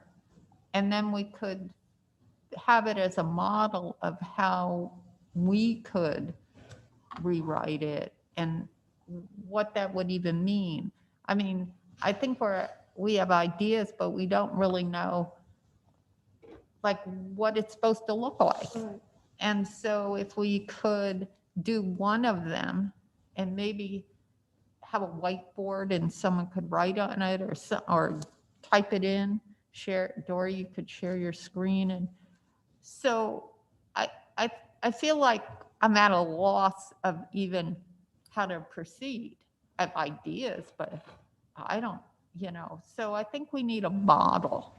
And then I don't think this is anything that can be done quickly. And I think it's better that we do a few really well and get the hang of it. And then maybe we can and work on some. I mean, this is huge. So, and it's hard to do in a venue like this, but at least we work through one or two together. Maybe it'd be easier, but I think everyone's recognized we need an expert for each one. Yes, if I could make a suggestion, and I'm agreeing with what I'm hearing here. When we first started out, I pictured everyone doing their red line comments on the land development code and turning them in, and somehow we compile them all. But I think that was not a realistic expectation, and I can appreciate how complex it is now that we're into the details. So putting all that together, what I'm thinking we're heading towards is you all, just as you've done some tonight, we shortlist a series of things that you all would like to see addressed in the land development code. We work with planning and zoning, who I consider the experts in how this is applied. And then we come back to you with some of the changes we're proposing based on that. I think that might be a more efficient way to get there. I think so. And, we've got 20 minutes left in the meeting and we haven't really worked on the sustainability action plan at all tonight. So I'd like to set like a parameter for that, for the land development code work, to maybe like limit it to half an hour per meeting, because I really feel like we need to be moving much faster with writing the sustainability action plan. And I think that as we write the plan, we can identify, okay, like trees, how do we strengthen the tree ordinance? What is it specifically? And then staff can make those recommendations, and then we can move forward like that to interface the two processes. Dory, I agree, and I agree with what Paul Smith said too. If we could have, and I hope I'm getting this right, Paul, if we could have a short list of things to work on, but our wishes, Dory. So what I would recommend or suggest is that you work with Paul and give us some guidance as chair of where to begin, rather than I want to work on this or you want to work on that, to where we're all on the same page with the same focus, with looking at that all together, all looking at the same thing, rather than putting together our wish list, because that's going to, I think, get us back in the weeds again. Okay. Yeah, I mean, I think that Paul really did a good job of giving us 4 topics this week. The problem just comes in where, like, I can make recommendations on wetlands because I can look that up and feel confident that I can like have some understanding of that. But like with the development rights and the fill and stuff, even if I've read it 100 times, I'm still never going to understand it well enough to really make logical recommendations. And I think that everybody's just going to get frustrated with that. So, okay. So then Paul and I will talk about for next meeting. And I think we all now have maybe a better understanding too of where to find these things and how to go through it and look at it. Yeah. And try to keep it a little more topical topics that we might feel comfortable weighing in on. Okay. So let's move along then to the natural systems preference review. Thank you to everybody that submitted your feedback to Ashley. I'm going to let her share screen so that she can share what everybody's feedback was.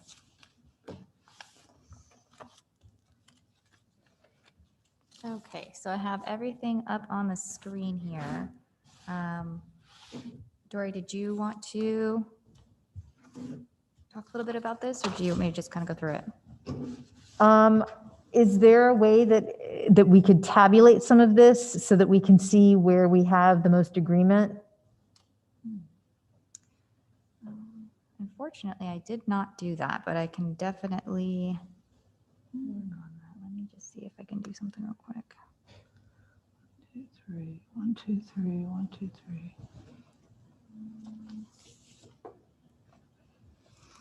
Yeah, I think it's something I'd actually have to work on, and then I can send it out to you guys to get the actual numbers for each one. Okay, if you could work on that by perhaps even before the next meeting and then share that so that everybody can see.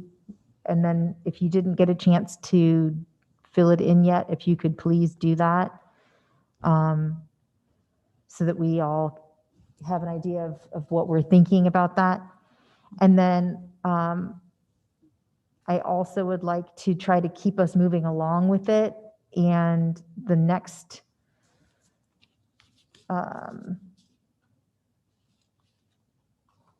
topic that was behind natural systems, I believe was the, let me pull it up.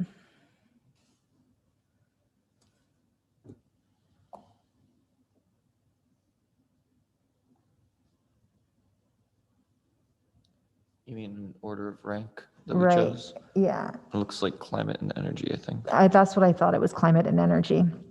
So if we could also start going through the STAR document and looking at the outcomes and the local actions for climate and energy. And then Ashley, if you could create another document similar to what you did for natural systems so that we can provide that feedback to you. Sure.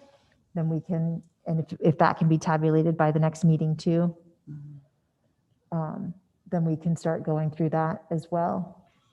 And what we can do, Dory, is we'll take a look at incidents. In other words, how often did people pick the same thing? And we can do a couple of versions and say, you know, if something showed up 3 times from 3 members, here's what it would look like. You know, just as a way to narrow it down to the areas of most interest. Just a thought. One of the sections that was in there was on working lands. Does Tarpon have working lands? No. Well, Actually, I didn't think so, but I didn't know. We have 'Cause working urban lands farms. are very important. I commented to Ashley on mine. Feedback to her was the way I was ranking mine or putting my outcomes and actions in was based on some conversation we had had before, but where we were using the term waterways. Right. And we were changing to waterways.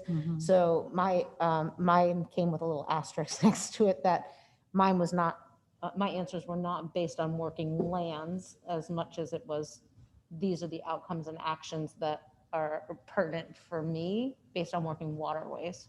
Okay. So I thought we had kind of come to a little bit of a consensus on that. And then my other question, which I was going to put another asterisk, but poor Ashley, I just got them to her earlier today, so I didn't do that. But what we did talk about air quality, and maybe that was something that we were not going to necessarily What, address. I didn't hear that. What quality? Sorry, air quality. Did we decide that that was something that we were not necessarily going to address in the sustainability action plan, or am I not remembering correctly? I didn't in my, you can see in my rankings. I think you put maybe. Yeah, I Yeah. put like a maybe, And I put and I them in think it's there? because, like we discussed before, we don't necessarily have to have an objective for every one of Right, these right. things. So that's why I felt comfortable leaving off working lands and leaving off air. But if other people disagree with me, then I don't want to be the decider of, you know, Right. but I think that there's quite enough with green infrastructure, biodiversity, invasive species, natural resource protection, and water in the environment that I would have left off working lands altogether, except for the fact that we had discussed it Yeah. being term working waterways, so I did include that, but I'm happy to, if we're leaving it as working lands, I'm happy to.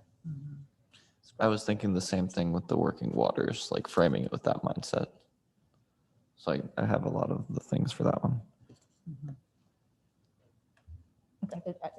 However everybody wants to proceed with that, I'm okay. Well, let's see when it gets tabulated, kind of where the chips fall, and say that as a conversation for next month. If you guys are good with that? Yeah. Okay, so do we all understand? So next month, we're going to have a look at the ranking for the STAR system for natural systems that Ashton's going to provide to us, and then we'll talk through which we want to try to prioritize. And then we can actually just start writing that section of the action plan. And then also, Ashley will provide us with the chart that we can fill in for climate and energy. So we'll go through the STAR document and identify our preferences for the objectives and for the local actions for each one of the climate and energy components. And then she can compile that as well by next meeting. And hopefully we can come to consensus and maybe do 2 for the price of 1. We'll see. I may be trying to be more ambitious. I keep trying to, but there's just so many details to work out. Ambitious and realistic. Right. Well, and a focus. I like the idea of just getting it down to what's the consensus, what's the, where should our focus be, and just guidance of giving us more of a place to look, because everything sounds good to me, and I know that's not realistic, but. Okay. So then the next item on Dory, before we leave this topic, I'd like to back up a little bit because of some conversations that I've had with someone who's somewhat of an authority on things like STAR, et cetera. Brooke Hansen, who's faculty at the Patel College of Sustainability at USF. I've talked with her a couple of times. I shared some of the information with the committee on LEED. She is concerned overall of us using STAR as a framework, because she says that it is no longer used by the county that we're in and by the municipalities like Dunedin, et cetera. She states that it is an antiquated system that no one uses anymore. Now, we know that St. Pete's plan uses not only the verbiage in STAR, but also went for the brownie points too for the certification. But her concern is that we're going to be using an antiquated system and that we will not be able to communicate with our own county's system, which will be based on LEED. And she says, and if you'll recall, last October, Ramona, who was one of the 2 consultants from University of Florida IFAS Sea Grant for the listening sessions, told us in that meeting that STAR was no longer being used, that it had been replaced. She said, she didn't say anything more than that. So, it's a concern that we are using language that perhaps is not up to date and has been replaced by most municipalities and by Pinellas County. I wouldn't like to continue down this road and find out in a couple of years that the county comes to us and says, show us, the information that we can integrate into an overall plan. And we're using a different format and different language. Paul, do you know what systems they are using? Or what's taken the place of STAR? LEED. Oh, LEED. And we've had this conversation. I think this is the 3rd time that we've had this conversation. And I really feel like we need to address it and like kind of put it to bed and quit bringing it up, because we have already started down this path and we are really kind of getting hung up on semantics, I think, with this, because the baseline data that we're going to be capturing and that we're using with STAR is the same thing as with LEED. With LEED, there's components that like cities try to gain points and things like that. We're not trying to do that. We're trying to write a sustainability action plan, and I think that this serves our purpose. And I just feel like we need to stop having this conversation over and over and over, because I'm pretty sure we came to consensus that we were going to use the STAR system going forward.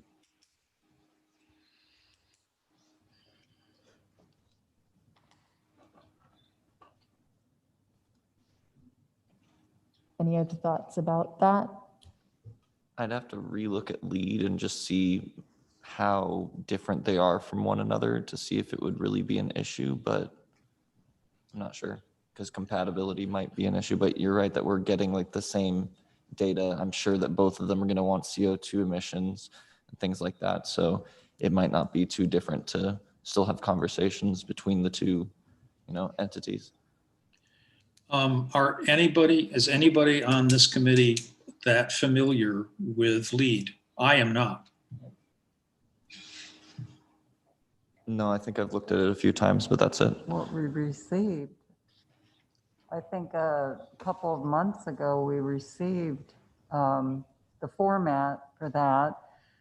What I thought, what I understood was that we weren't going to try to go for any type of certification, but we're just using the language or the guidelines from either STAR or LEED just for writing the plan. But we aren't participating, are we? Correct. In getting certification, because that kind of puts us under an umbrella of forced compliance and to some degree financial output in order to participate. Correct. Is that am I correct in understanding that?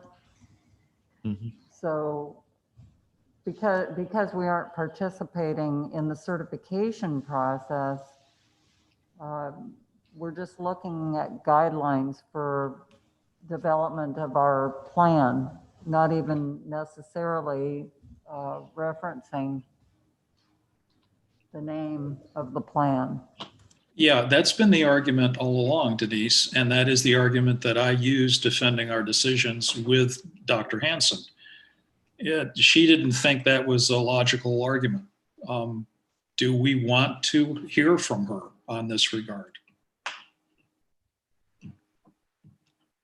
I've been in the situation of defending our decision and saying, we're not looking for the brownie points. We're not looking for certification. We're simply using the verbiage and the structure to write a plan. And she thought, you're going to regret this down the line. So that's the reason I brought it up again.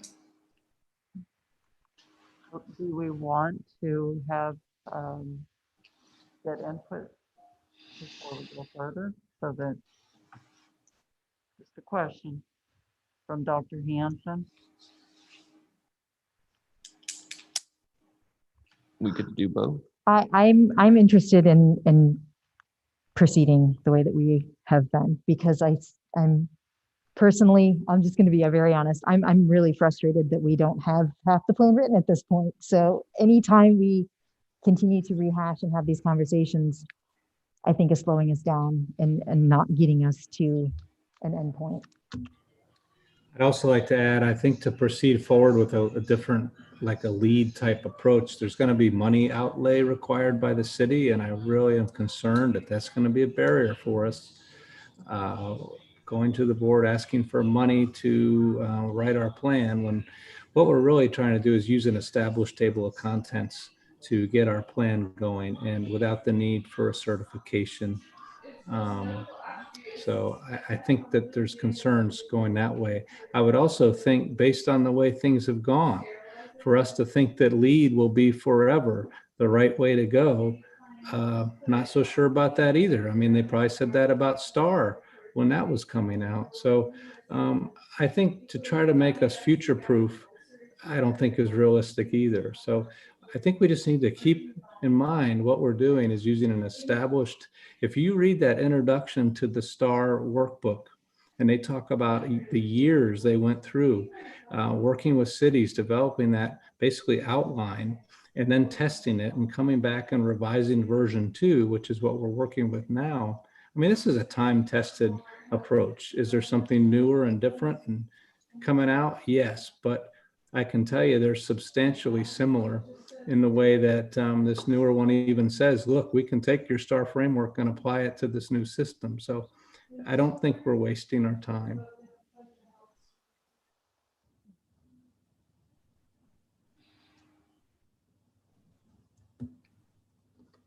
Well, I'd like us to move forward. I think that if all we're looking at is the structure, like the skeletal structure of it, we're not looking at the final outfit that's being put on the structure. We're looking at the bones of it, correct?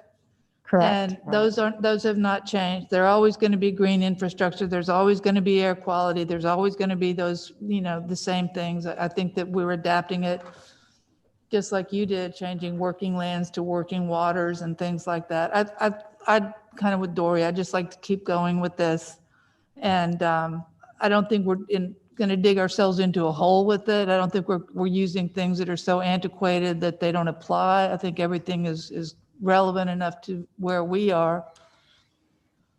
If there's new information that will help us amend what we're doing, great. And I'd be open to listening to how to make it better. But I think we need to get going, keep going the way we've been going, basically. Get going. I agree with you about the Sustainability Action Plan. We need to get something. Is that a motion, Robin? So do we need a motion on this? We don't need a motion. It's just a discussion item. Discussion But item. just in terms of consensus, we've actually already had this vote, a consensus vote to continue going with this system. It seems so. new. Every time I hear it, it seems like a new conversation. So that's just me. I like moving forward.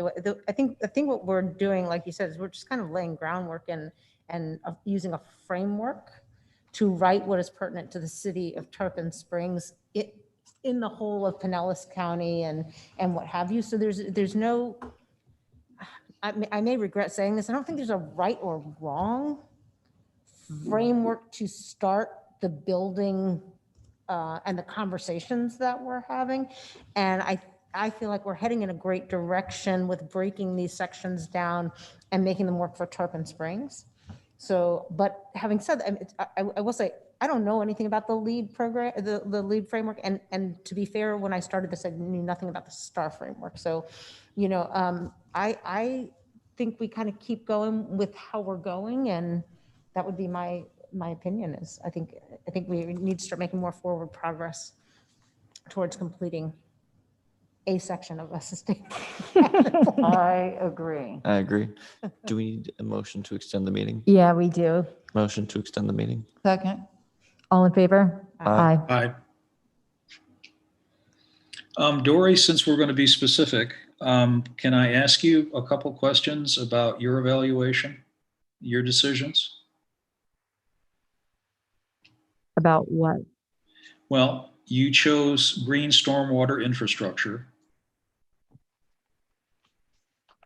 I, again, would like to know what that entails, what the definition of that is. As I look at St. Pete's adoption of this area of natural systems, their targets and objectives are taken wholly from STAR's terminology. The first one is determine the city's current green infrastructure acreage and set a goal for percentage of land area designated green stormwater infrastructure. They don't have definitions of that. They don't have a section in which these terms are defined. Moving on from there, you chose not to do action 5, partnerships and collaboration. Not to use action 9 to upgrade public spaces and public buildings. And I'm just curious of your thinking you chose not to use those particular actions in this one instance. And you're the chairman. I'm just curious why. So that conversation I want to have next meeting. And that's I want to go through it together and be able to look at that. And I think that what we talked about too was for definitions, because you raised this point last time about Yeah, I did. not specific language.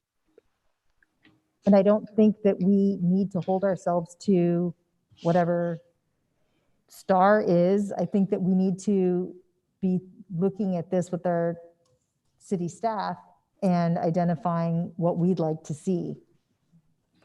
And I shared some different ideas of what green infrastructure could look like. Was that distributed? Did everybody see that? I did not receive that. Here's your link, the link in the email towards green infrastructure. Yeah. Okay. So it was distributed. Can you pull up in the date that Ashley sent it around?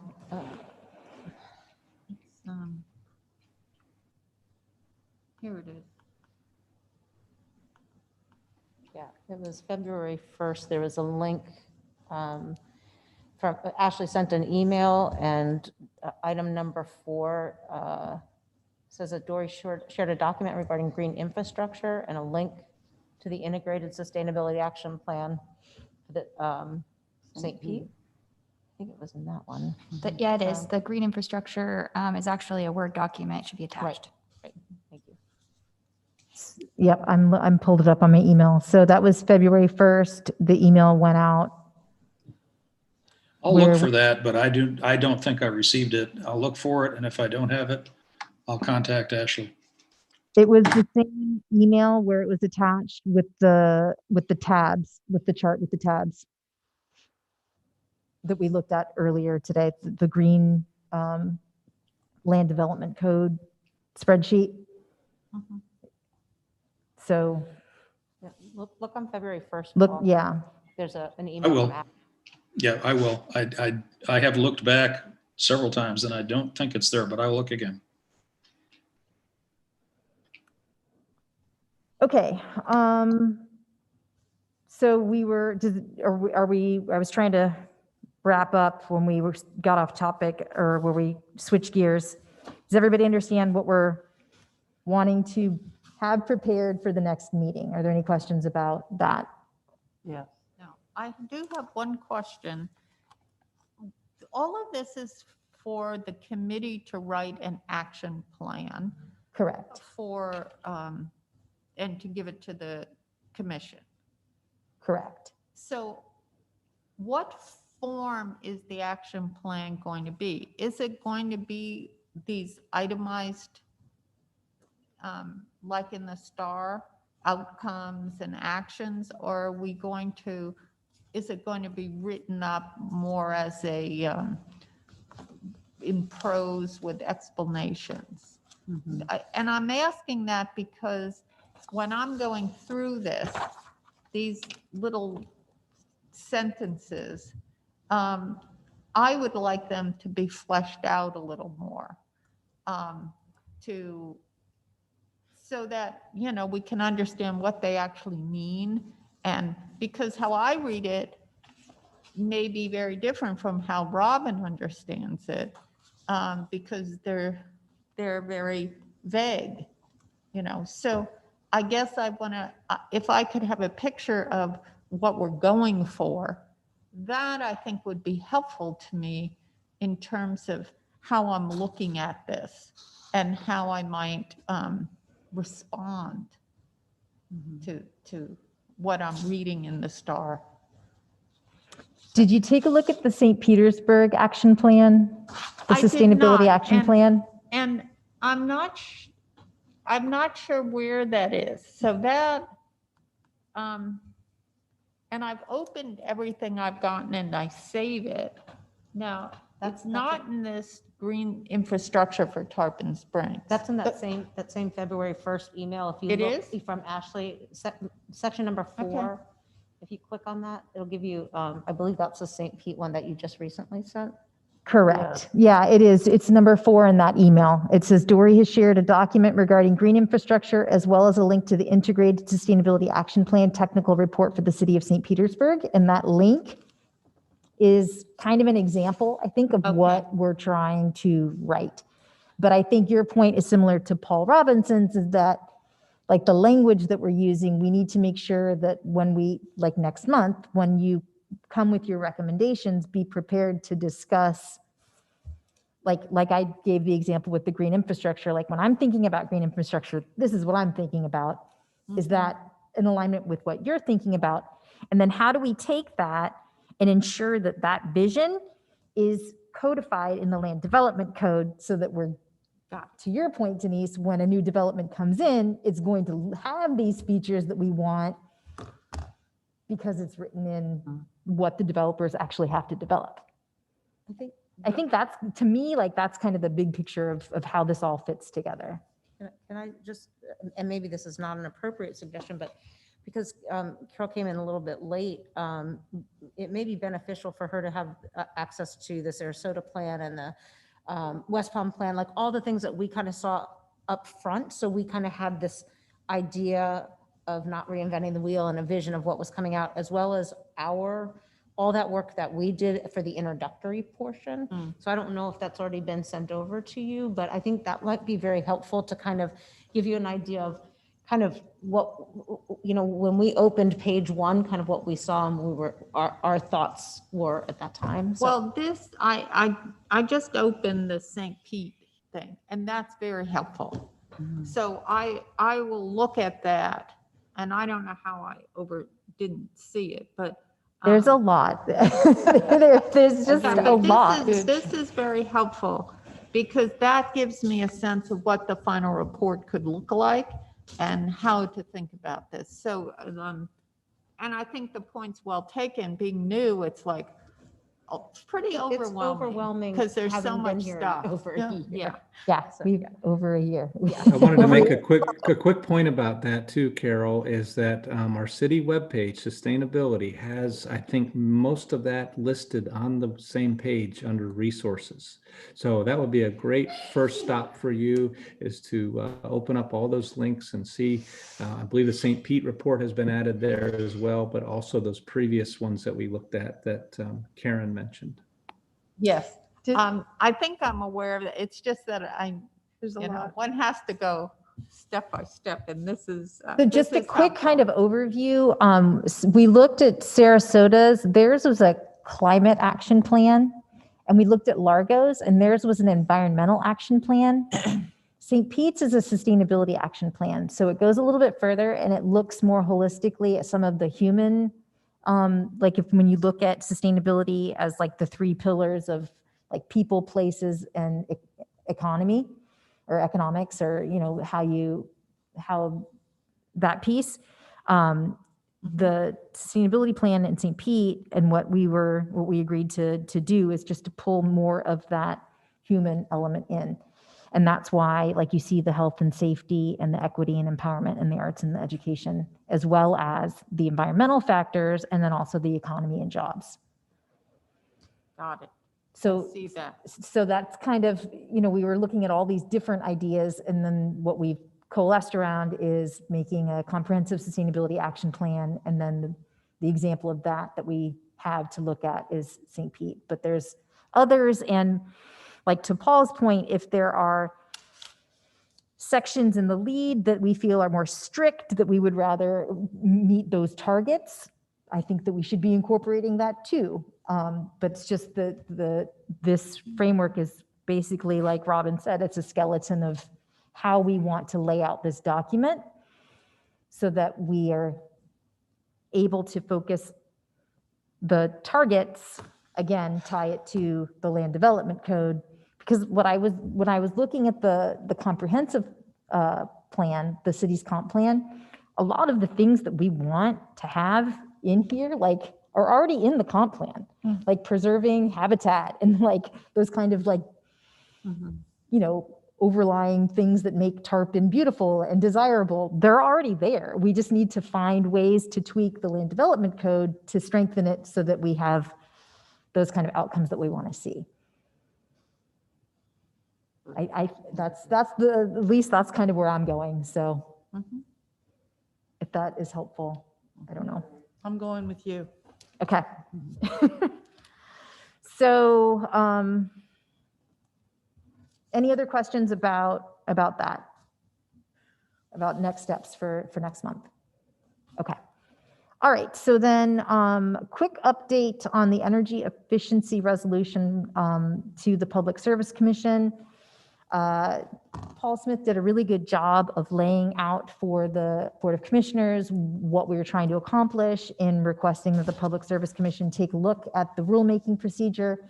And the city did go ahead and approve the resolution. So they're going to be sending a letter to the Public Service Commission that's attached to the docket that's open with the recommendation of trying to improve energy efficiency. And the commission was thankful to our committee and wanted me to relay to each of you their appreciation for us taking this up. Another thing that was brought up by public comment that I thought was kind of interesting and worth mentioning now is that in addition to, a resolution, the way that the city has done a really great job with Ashley's toilet program of trying to conserve water, there are programs that the city could help fund to also increase energy efficiency.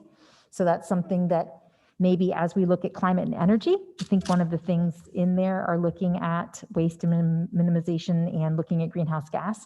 So maybe just kind of putting that bug in your ear is something to look at as a recommendation for increasing energy efficiency, not just sending the letter, but also like actions that the city can take. I think that's going to be in the section that we're looking at for the next month as well. So anything else, Paul, that I left off on that? Just a quick addition to that. I wanted to let you know I did share our letter draft with the Southeast Sustainability Directors Network, and they said it was a really good letter, good package by the city. So I think the city's looking strong on the sustainability front by participating in this with their own package being submitted to the commission. Excellent. And thank you, Paul. Yeah, thank you, Paul. Dory, so just circling back to next month, I just made a couple of notes. So it's ranking the star system, natural systems, and prioritize those. Is that correct? So we are going to be ranking, if you haven't already, the natural systems. Mm-hmm. And then Ashley's going to compile that. And then we're going to have a discussion. So let me just move us to the item to number 6, which is items for next agenda. Gotcha. So we can be doing this in the right order. So for next month, natural systems, Ashley is going to have it compiled, and then we will go through and try to come up with our definitions, and then also our preferences, and try to coalesce around what items, which of the objectives, which of the actions we would like to see included in the action plan. Okay. Thank you. And then also, we're going to look at climate and energy. Mm-hmm. So go through the star system segment on climate and energy. And Paul Robinson, if you want to try to pull other elements that you think need to be strengthened or something that's not in this, then that would be a good idea to bring to the conversation as well, I think. Okay. Because, like we said, this is not like we have to robotically follow this. If there's other things that we think fit in here, I think that's worth having the conversation at that point. Yes. So, and then Paul Smith and I will work on trying to identify some parts of the land development code that tie into climate and energy. And then I think going back and looking at maybe take another swipe at natural systems with the lens of green infrastructure and where green infrastructure can be strengthened in the land development code. Mm-hmm. So be on the lookout for that. And I think that we would want to just be able to kind of peruse it through our best understanding that we can, and be prepared to ask questions of planning staff so that they can help us figure out the best way to incorporate those ideas. Does that sound reasonable? Yes, could you, when we get these sent to us, could we just have a cover Number? letter where it just says here, just to put it there so I can look at it again? Yes. Thank you.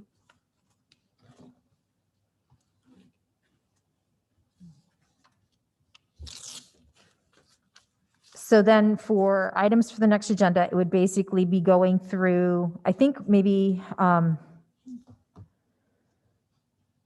we want to be able to keep staff not here the entire meeting. So starting again with the land development section, but limiting that to like a half an hour conversation, and then being able to really dig into the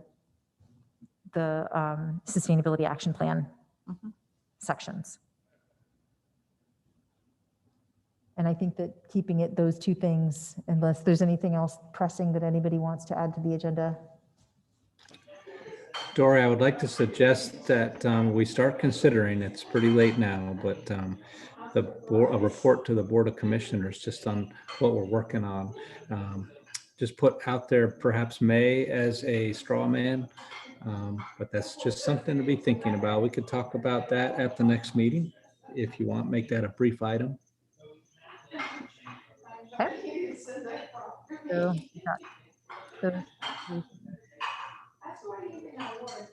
all right. Are there any public comments?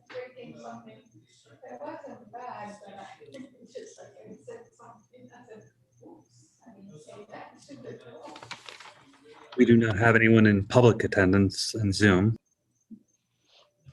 All right, then moving on to staff comments. I've got one. I wanted to report back on where that tree event was on the website. So what you need to do is go to departments on the city website, and under leisure and recreation, you click on that subfolder and it takes you to recreation events.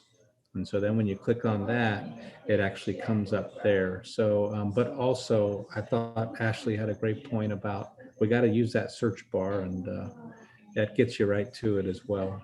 But each way you've got the sign up form included. Thank you.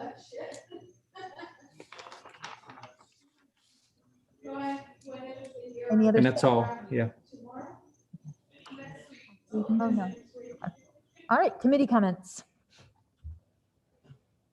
I have one. I just got the new Bill Gates book called How to Avoid Climate Disaster. It came out on Tuesday, and I've started to read it, and it's incredibly well written and very understandable. So I just wanted to say, I think it's worth reading. Thank you for that recommendation. Can I ask a question of Carol? Yes. Have you read Drawdown? And if so, does that compare less well with Bill Gates's book? I have not read Drawback. Okay. You get a copy of that? We all got a copy, Paul Smith? Oh, that's the one you all received. Yep. Yeah, Paul said there weren't any left, so. You can borrow mine. And we have Paul a copy. Smith, can I ask you a question, Paul Smith? I'm on the city website. Tell me again how to get there. Okay, it's departments. It's not easy, but we can get there. No, departments, and then I think it's called leisure and recreation, something like that. Do you see that tab? Yes, departments. And- Okay, gotcha. And then when you get over there, there's one called recreation events underneath there. And then you scroll down and it's April 24th or something like that. Or just put tree in the keyword. That took me Tree? there. Yeah. It's not in the tree department, which is what. It's ways to organize, we're learning. Okay.